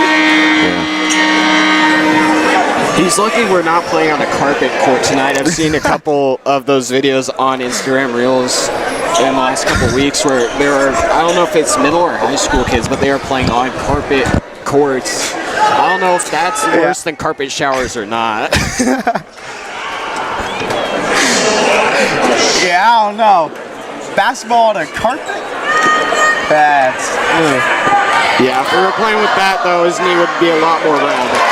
Fitcher gonna bury his first, and Feeney looks to have gotten a Band-Aid, and it's all good. Johnson Jr. gonna sub in for an home shot.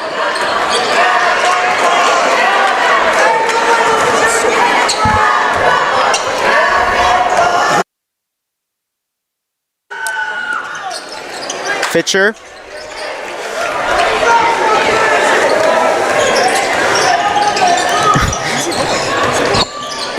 Hollingsworth, the swindle. Copples.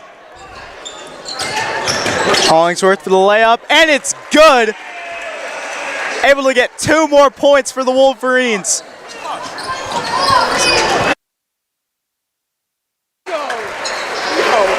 EJ Swindle.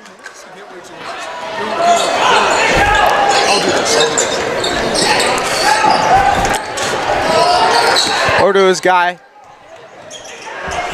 Regan at the top of the key. No good. Hollingsworth not able to get much going so far in this game.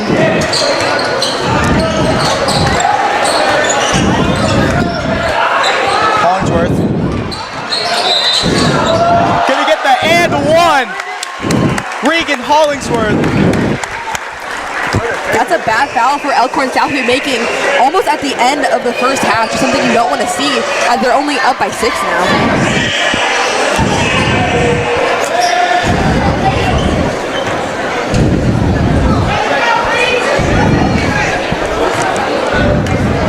Regan able to bury his first free throw, cutting the lead to 5. Westview is sneaking up now. Reno over to Buller.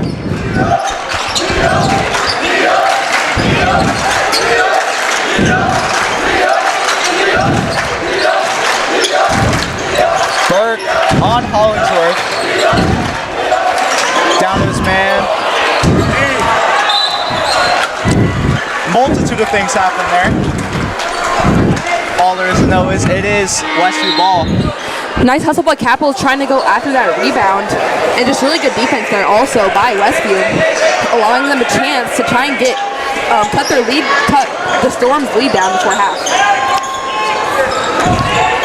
Yeah, the Wolverines able to, get a run.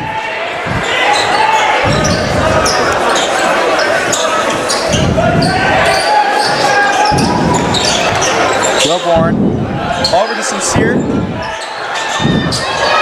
The 3 is no good.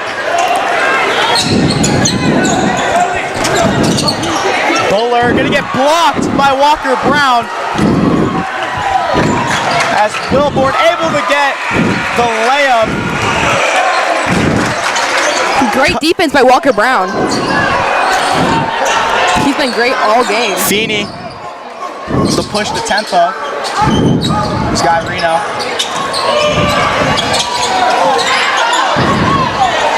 And the layup goes out of the back of the rim. Westview has the chance to lead going into half. Koppel gonna get the and one. Able to tie this game up if he buries the free throw.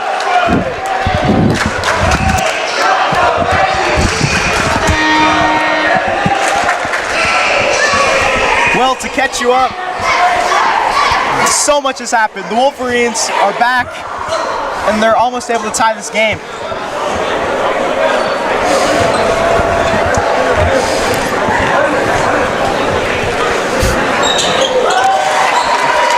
Free throw is good, and this game is tied 26 apiece. Yeah, I'm surprised how fast they've come back. Honestly, I just want to do some stuff for a minute. Okay, I'm gonna get busy, but you know. Feeney. Who's got Reno? Reno over to Johnson Jr.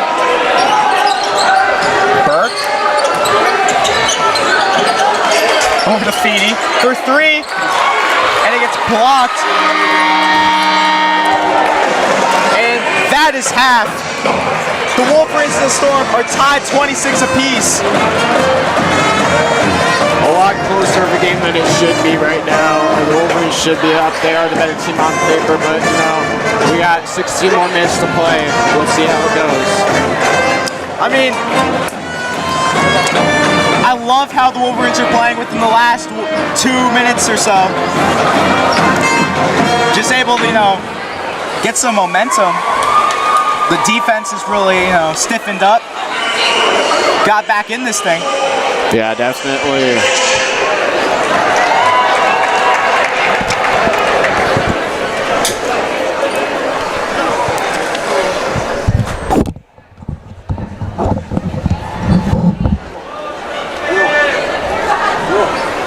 Did you say something about it being like a girls' game? What? Something that it wasn't like a girls' game?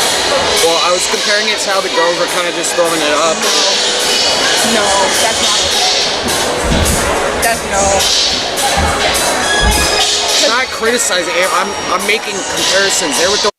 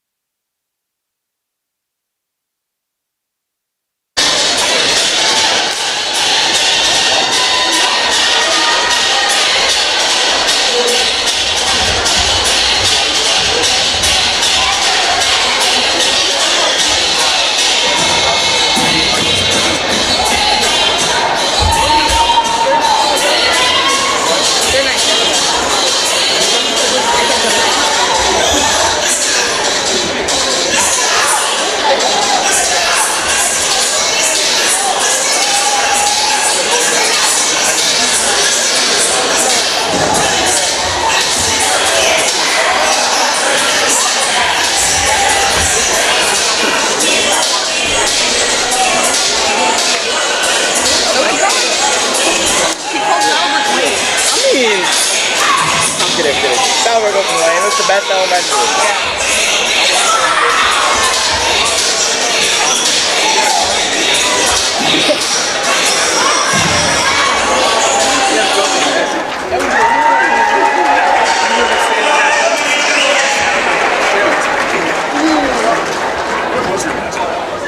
The Green Wave.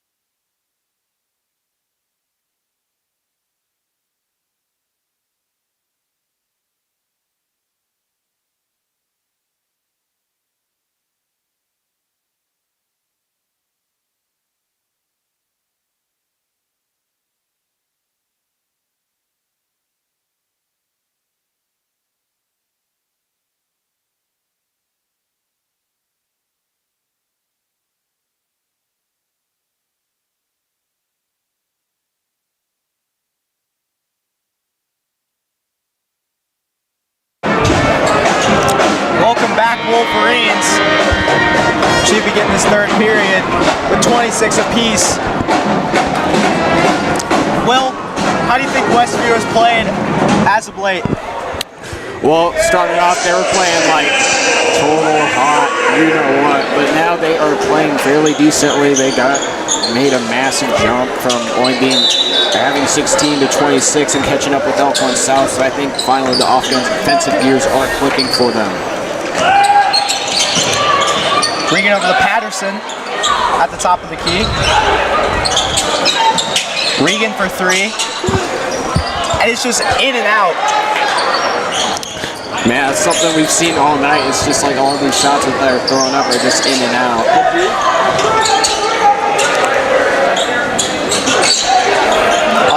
On Johnson Jr. Flanagan to the Burke. Patterson able to get the ball, but it's stolen again. And Elkhorn South with the three, Buller in particular. Why are we not defending on that shot? I mean, yeah, the ball just got stolen and you're kind of having to shift your mindset again, but you got to get back on your defense. Swindle with the equalizer.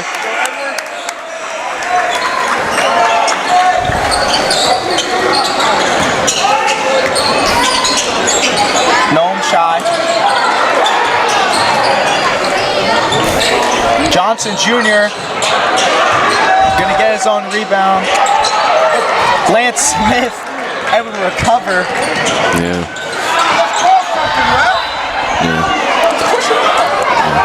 Circling back to just a couple seconds ago, that's just kind of the shot chucking we've been seeing tonight.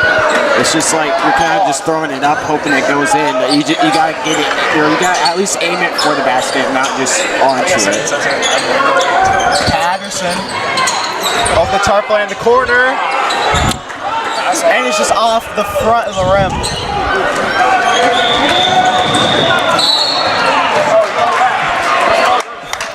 And there's a foul.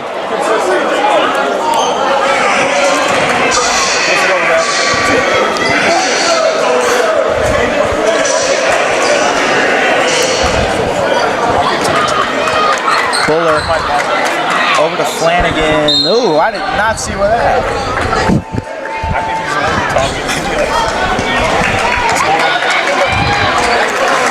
Buller gonna try again.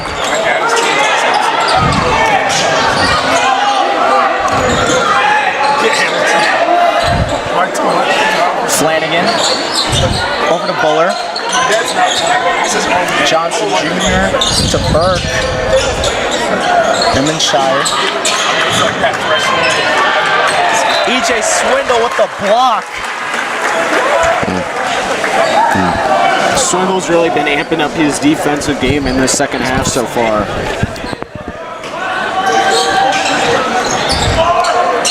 Nevin Shy.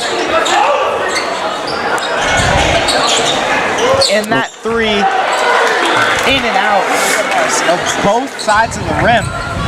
Yeah. My God, why are we not defending on these open look threes though? Like, it's probably one of our biggest The issues. screen is a dangerous game because it works very well for the Elkhorn South. Yeah. Patterson, just barely.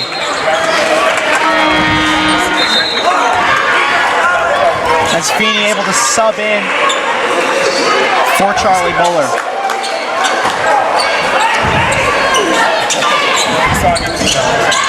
Swindle make something happen, and just a tough shot to make. Patterson able to steal. Swindle $2 for $1 gets the and one. All right. EJ Swindle. Just absolutely impressive, maintaining your locking right there, just making sure you're staying down there until the ball is officially out of bounds, and it paid off.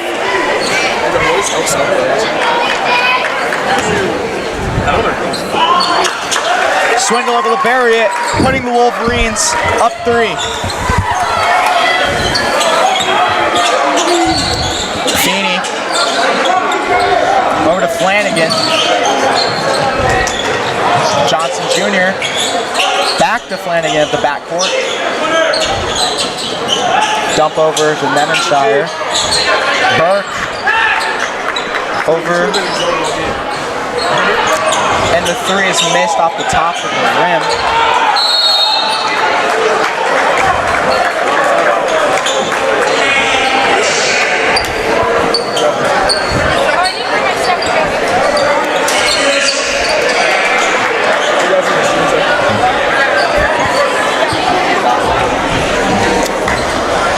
I mean, EJ Swindle able to, come into his own. I mean, this is why the freshman sensation has been the guy for the Wolverines the past season, not just the past couple of games.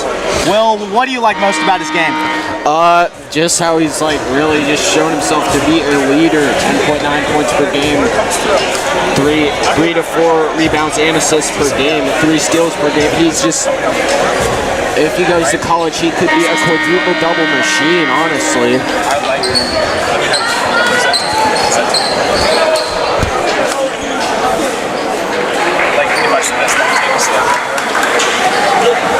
Near Patterson, Swindle, Hollingsworth, Lance Smith, and Andre Tarpon.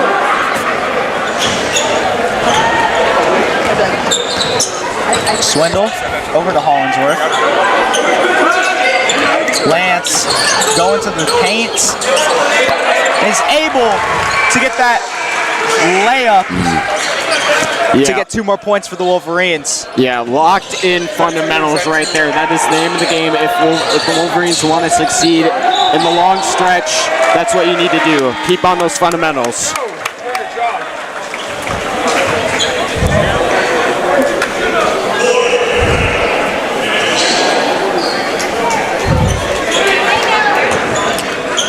Patterson able to rebound into Swindle.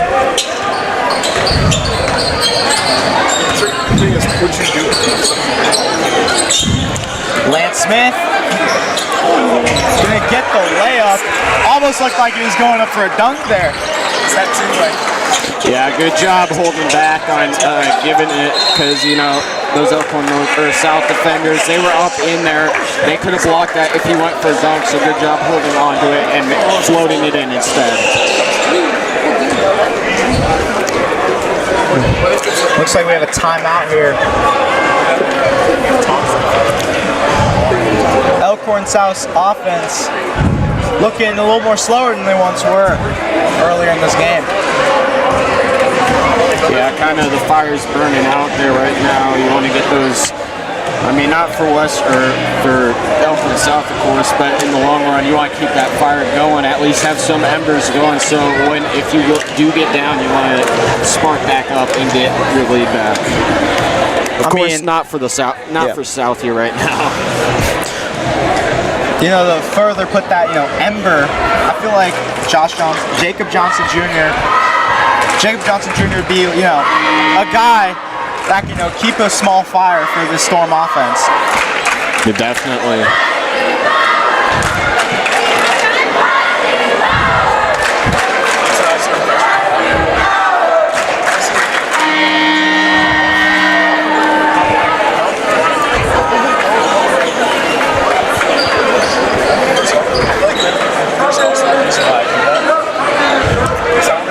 This is Storm possession. Buller to inbound it to Flanagan. Flanagan looking for someone to go. Gives it back to Buller. And he gets doubled. Pass goes over to Reno. Not a Buller to Flanagan. Flanagan on Swindle. To the big man.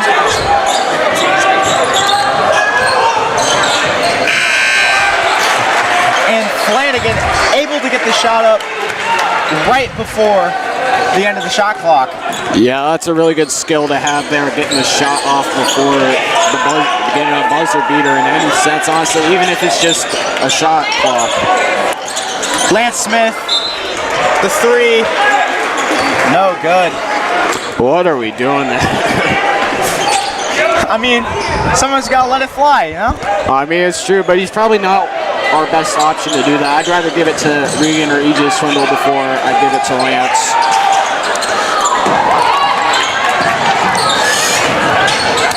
Feeney for 3. It's in and out. Patterson looking to push the tempo. Yeah. There's defense from behind over to Hollingsworth. Loses the ball, picks it back up, and floats it into the net. Hollingsworth has 9. Yeah, that's just pure skill right there to be able to pick up the ball even when you drop it and still somehow get it into the bucket without drawing a foul. Swindle and Patterson are going to sub out for Griggs and Wilborn. Buller going to get double teams. Goes back to Reno. And the pass gets broken up by Wilborn, collected by Tarpley. Hollingsworth over to Griggs for 3. It's off the front of the rim. Wilborn gonna get the board, but loses it to Flanagan. Reno for Feeney. Feeney. Buller. Feeney at the top of the key. Over to Reno.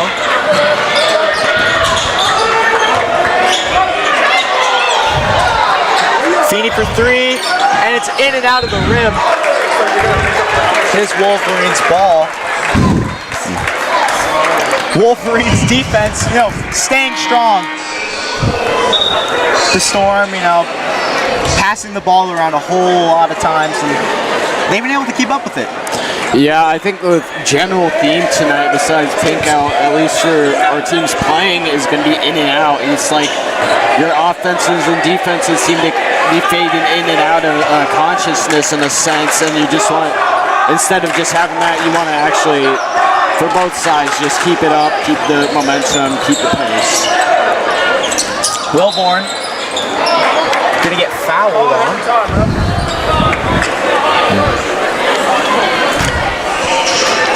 As Buller demand the foul.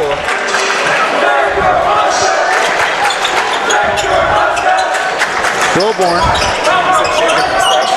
on Omenshire. Griggs for 3. And it's just off. Copples gonna get the board but loses it. Storm possession. Feeney over to Reno. To Feeney. Over to Reno. Reno barely gets the shot off, as it is an 8-second violation. Yeah, the Storms seem like they are really taking their time here with all these plays, and you can't have that. You want to be getting across the court and making your play, maybe not super fast, but keep that tempo fairly high. And I also love how Coach Freeman is dialing up full court presses. Yeah, I think that's really helped him here in the second half instead of just letting him get easy shots. Wilborn not able to bury the midi. There is a foul.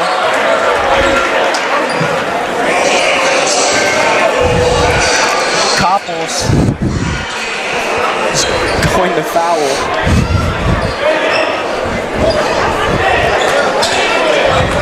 Reno.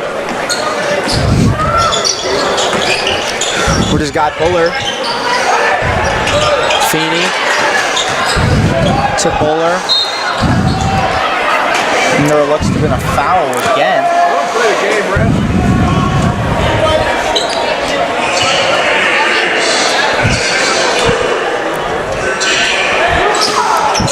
He's dressed just want to make an impact so far. Feeney over to Buller. Nomanshire not able. Wilborn trying to make that pass, gets grabbed.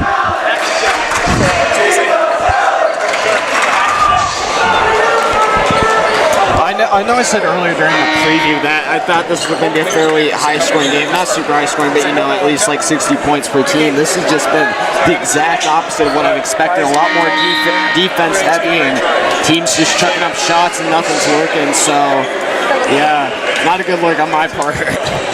Yeah, I mean, I'd be lying if I said I thought it was going to be somewhat of this. Like, maybe, like, I don't even believe that if they cut the offense to half of both of these teams, it still would have more points than this. Yeah, definitely. Wise over to Griggs in the corner. Gonna shoot. Off the back, but Swindle with the board. Desperation pass. And Feeney loses it. Wise not able to get the shot off before the end of the third period. Yeah. Going back to that, both of these teams are like very star heavy. Like they score a lot of points usually, and this is kind of like no man's land. Like I've not really seen a game like this where the Wolverines have been playing it. Yeah, I'm gonna make a little military analogy here for us history buffs. It's kind of like World War II and the Western Front, or excuse me, World War I and the Western Front. It's like we're just kind of seeing inching along both sides. One side might make it a couple points, but then the other side's gonna come back and take that lead, or not take the lead, but make the lead smaller and make it pretty much a tie game. It's like we're really in the middle of no man's land. Of course, the Wolverines are up, but we could see that easily change if the Storm get a spark of energy here. I mean, Swindle continuing to do a lot for this team, getting that board and putting Wise in a position to shoot that from half court. Yeah, definitely.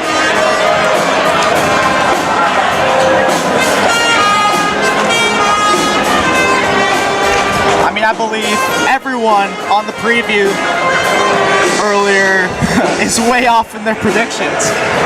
Yeah. But that's the game of basketball. Yeah, and I mean, looking back earlier, Elkhorn South season, they just beat Berks 67 to 56. You'd think they'd be about in that range by now, just heading into the fourth quarter. At least for the Wolverines being up that high, but no, both teams are just batting mad behind regular pace. Patterson on defense. Burke of EJ Swindle able to get the steal. And the three by Abe Reno. Yeah, and we kind of saw Westview kind of backing up when he attempted that for three. You don't want to back up. You don't want to let down. And I think that's one of the reasons why we've let the Storm have so many runs, especially what we saw more in the second quarter when they were up by about 10. It's like you don't want those runs. You want to be defending those shots. Of course, not throwing fouls. I don't think any of them would have drawn fouls if they went up because they were a bit far away. But even having a little bit of that pressure really helps for our defensive game plan. Hollingsworth over to Swindle. Gonna lose the ball. Buller on Lance Smith.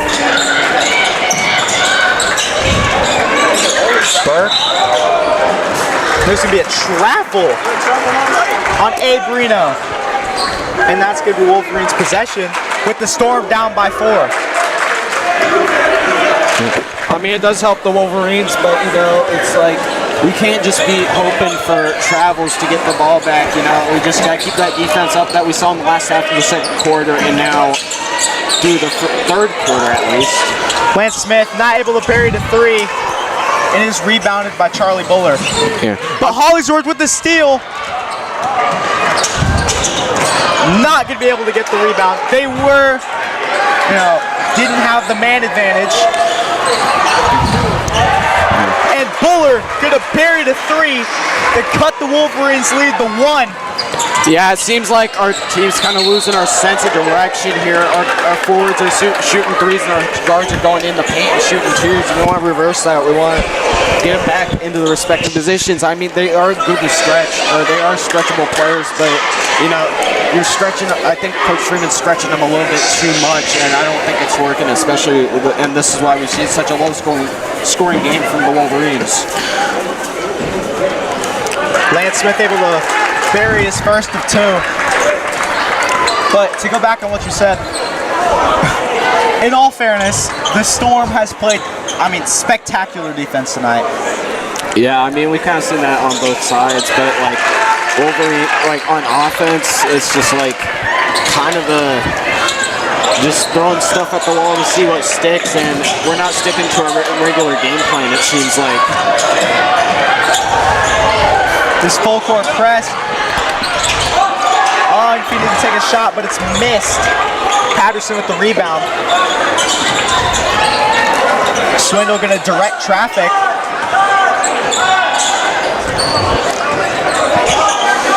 Hollingsworth over to Smith. And he's gonna lose the ball near the free throw line. Bowler on Patterson. Lance Smith just has not been having great second half so far. It just seems like he just keeps missing the crucial shots that the Wolverines need to make. Bowler did lose the ball, and it is Wolverines' possession. That is not what you want to see if you're a Elkhorn Storm fan. Definitely. Patterson. Over to Hollingsworth for 3. And it's wide left.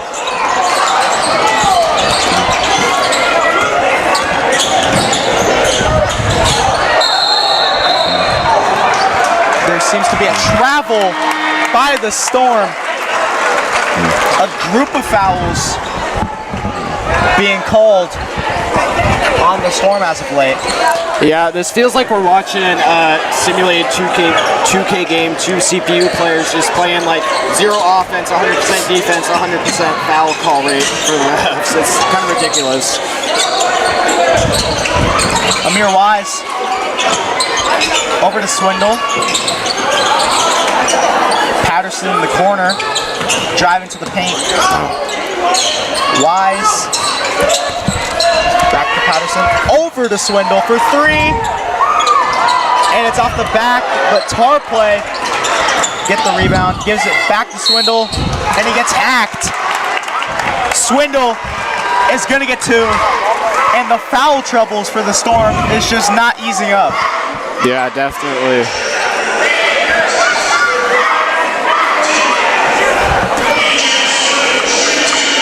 It seems like fouls have been the Wolverines' lifeline here, just not getting anything else done on offense. So it's like, yeah, rely on the free throws, especially with the Storm kind of inching their way back on this supposed front line.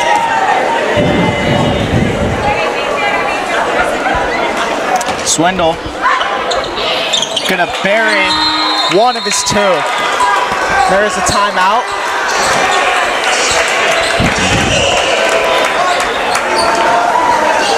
Storm down 4.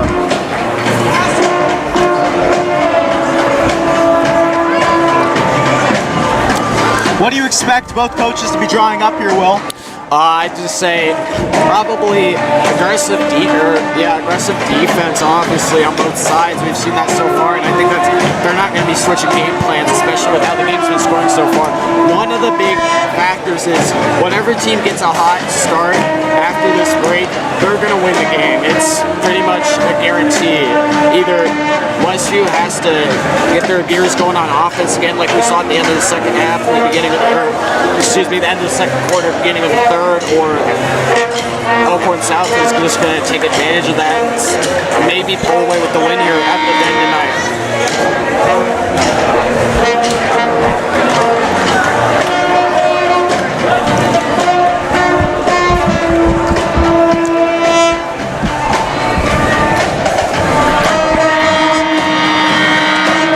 I mean, I agree with you on the fact that whoever's going to get hot is going to win the game. I mean, that's how low scoring this is. And that's how both defenses have been playing spectacular. So I believe whichever offense is going to prevail is going to win. Yeah, I haven't seen a game this low scoring and this defense heavy since the unfortunate loss to Papio in the district finals last year. Of course, that was a whole different roster, so a whole lot of different reasons, but it's just like that same vibe that's kind of giving me that same mentally getting pushed away from enjoying this game.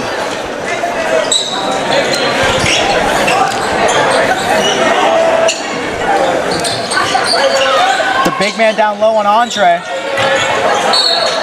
Gonna get fouled. Well, Burke gonna, take the shot. That's just a bad call. There was nothing there that happened. I mean, close quarters. I mean, it's tough. That's true.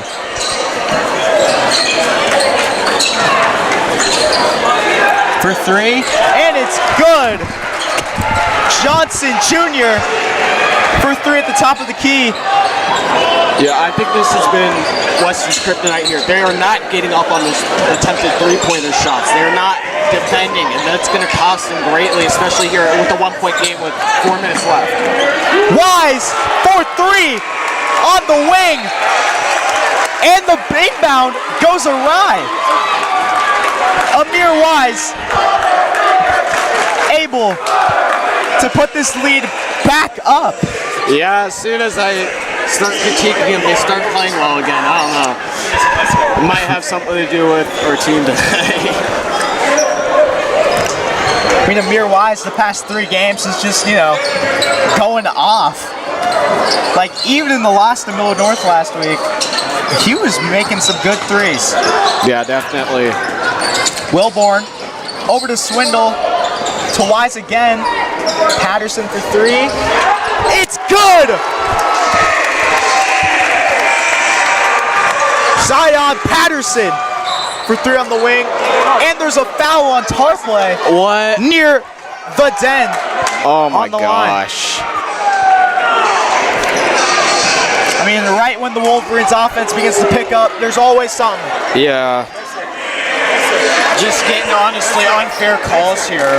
It's just kind of ridiculous. I mean, that just speaks magnitude to the game we've had tonight. Yeah, definitely. Really good defense and some shaky offense. Again, I say this, but both just back-to-back three-pointers, so I can't say that it's been bad offense. Yeah. I mean, certainly a step up from what we saw in the first half of this quarter. It's just like no more slugginess, at least from Westview. At least we're getting the shots in. I know during the third quarter, we just could not make a three-pointer for the life of us. So I'm glad to see we can finally get those shots up again, since we were pretty good at them historically throughout the season. Patterson over to Wilborn.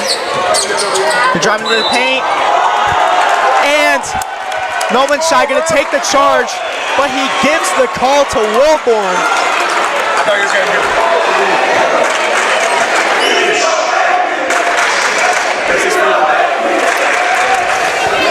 The Wolverines starting to pull away, looking to push this lead to 10 with 3 minutes left to go.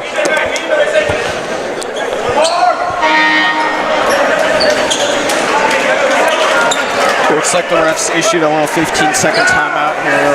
Let's explain the little pause we've been having.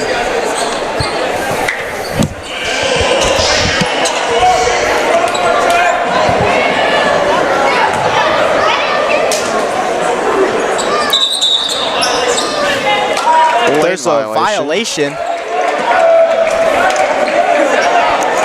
I mean, looks like a Westview player stepped into the lane a little bit too early. Not going to help them, but we're up 9 points, so with about just 3 minutes now, we should be all right. Johnson Jr. looking for someone to go. Over his man in the corner, Johnson Jr. Gonna get the lucky bounce, and there's a timeout called. Like I said, Johnson Jr.'s been that, he's been that, silent guy on offense for the Storm. When you think the Storm's down and out for the count, Johnson's going to, make some tough shots. Yeah, kind of their guy to get things done. 10.6 points per game, leading the Storm, and definitely a player we could see here in the last 2.5 minutes make an impact in some way, in some form.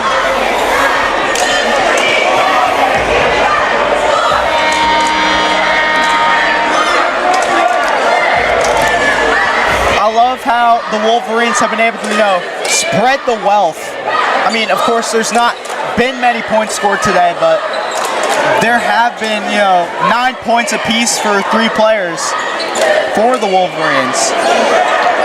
Yeah, even though this team hasn't really shown it, this team is stacked wealthy with talent, and I think players that can make good choices, good plays. So they just need to be executing them better. Swindle bobbling the ball. And it looks like the Storm is starting to also run this full court press.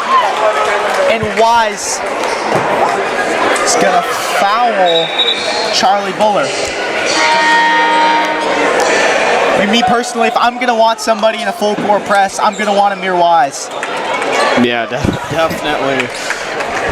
Just with that jump earlier over, I believe, Mark Nomache in the second quarter, where he just leaped over him when he was on pivot in the paint. It's he's one of the weakest players when it comes to these full court presses and defense in general.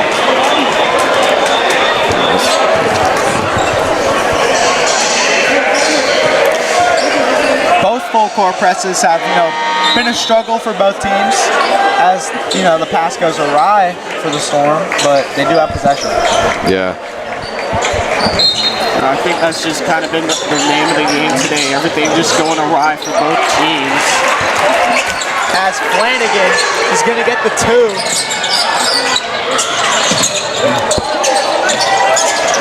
Wilborn over to Swindle.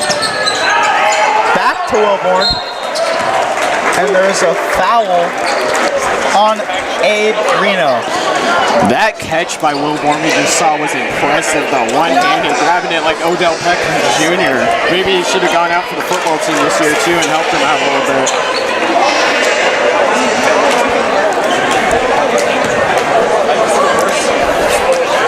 Wilborn misses his first off the front of the rim.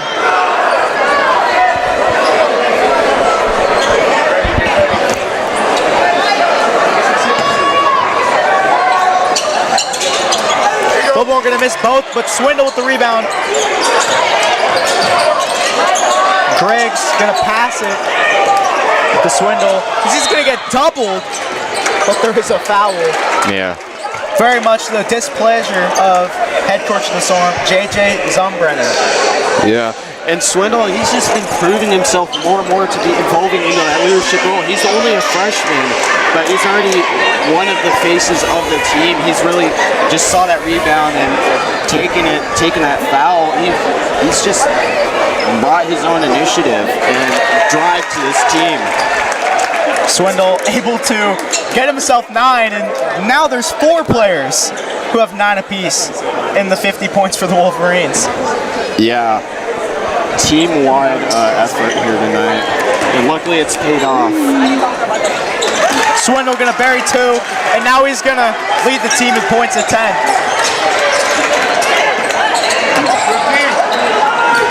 Charlie Buller gonna heave it to Johnson Jr.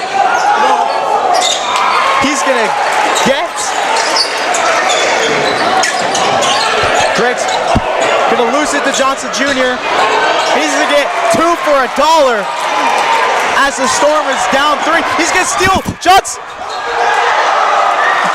Are you kidding me? It barely gets away. I need to regroup here. As soon as everything seems to start clicking right, it's like the conveyor belt has just fallen off and is driving 50 miles an hour towards the edge of the factory. It's like, God, that scared me there for a second that we were going to lose that lead just because we made a couple really not good plays there. I mean, I saw Johnson Jr. make a layup. Then Johnson Jr. make another layup. And then Johnson Jr. get fouled. As the 10 able to rattle Johnson Jr.? Yeah, our student section has really stepped up this season. I know last season they were not doing good. Football season they were not doing good. I write a little opinion piece, and they suddenly start to shift back into gear and have a purpose, have a drive to help the Wolverines. I mean, I can barely hear you. And John Jr. is going to cut the Wolverine lead to 2. Yeah, game once again is back down to the wire. It's going to be whoever gets the hot hand wins this one. Colston over to Swindle.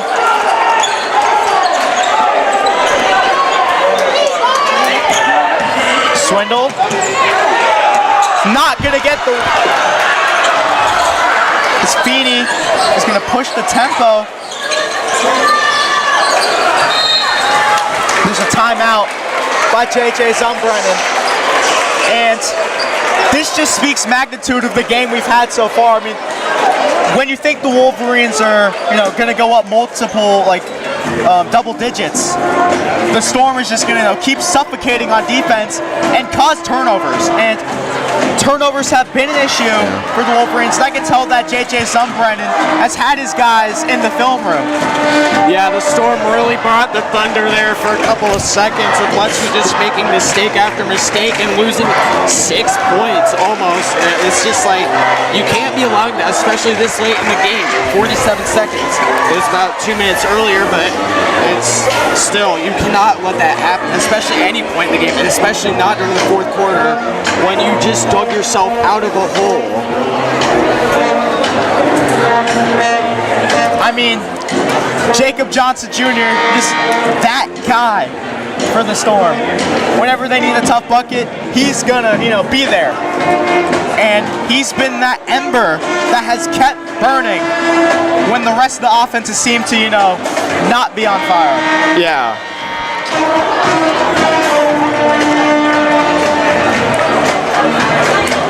One thing I'd like to point out in Freeman's game, he loves multi-man substitutions with 3 players, or we saw earlier a 4-man substitution, the lone player staying is E.J. Swindle, and I love that he was able to keep his guys fresh, and they're going to need to stay fresh. Definitely. Burke at the top of the key, over the Buller. Then the Flanagan into the paint. Nowhere to go. Over to Johnson Jr. And there's a foul called on the Wolverines. Oh my Lord. Very much the displeasure of the Wolverine fans.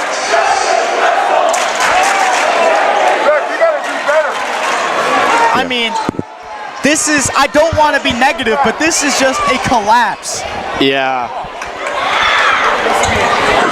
I wouldn't say it's as bad as the collapse we saw with last season at the end of the, near the end of the season going into districts, but this is almost a generational kind of choke here. I could have swore the Wolverines are going to put this thing in cruise control, and Lord, I can't hear anything. Yeah. Johnson Jr. going to cut the lead to 1. Yeah, 25 seconds. I feel like Elkhorn South's going to draw a foul here. And there was a foul with 22 left to go. Oh, full timeout, not a foul, my bad. Yeah. But, I mean, I just want to give credit to, the Wolverine fandom here. If you look at the stands, it was not looking like the Columbus game, but I feel like it's arguably louder than the Columbus game. Yeah, really bringing it out for a cause here tonight. Of course, the pink out. We're doing this all for breast cancer awareness, not just really breast cancer, but every cancer in general. So I feel like that might be a cause of why we are so loud here tonight, because we all have somebody who has fought through cancer, whether it's breast cancer, lung cancer. My family's been impacted a lot. I know you have a couple relatives that have been impacted, so it's I think everybody on both Elkhorn South and Westview, they've had somebody who's been impacted, so especially for Westview, I'm proud of them for showing out, bringing their vocal cords to their maximum capacity here tonight. Yeah, And I feel like this is a dangerous position for the Wolverines to be in because they, like, a 2 wins it for them. A 3 wins it for them. And even if they do get 2 points, that still puts them in position for the Storm to tie the game up. This is a dangerous position. Yeah. It's just you gotta make every move delicately. You gotta make every move with cause here. You can't be sloppy. You can't be like you were earlier in the game. Wilborn is going to get fouled. 20 seconds left to go on the clock. Yeah. And, I mean, this is, you know, how it is at the end of basketball games. You think there's 20 seconds left, but I guarantee you we're going to be here for much longer than that. Yeah. Abe Reno, when he was charging at Wilborn there, he kind of looked like a defensive end there. Yeah, I have to agree. Maybe he should go out for football next season. Wilborn is going to miss his first off the front of the rim. And, I mean, again, I hate to be negative, but Wilborn has just not, like, been amazing from the line. Yeah. And you kind of saw last season, too, when we had these big games like Miller North and Papio, he just kind of crumbled under pressure. He's going to get both, and he has nowhere to go. There's a timeout called with 16 to go. Yeah. Charlie Buller might be the hero for the Storm tonight. Yeah. 16 seconds. It feels like it's going to be 16 minutes, honestly, as another timeout is called. And this is a full.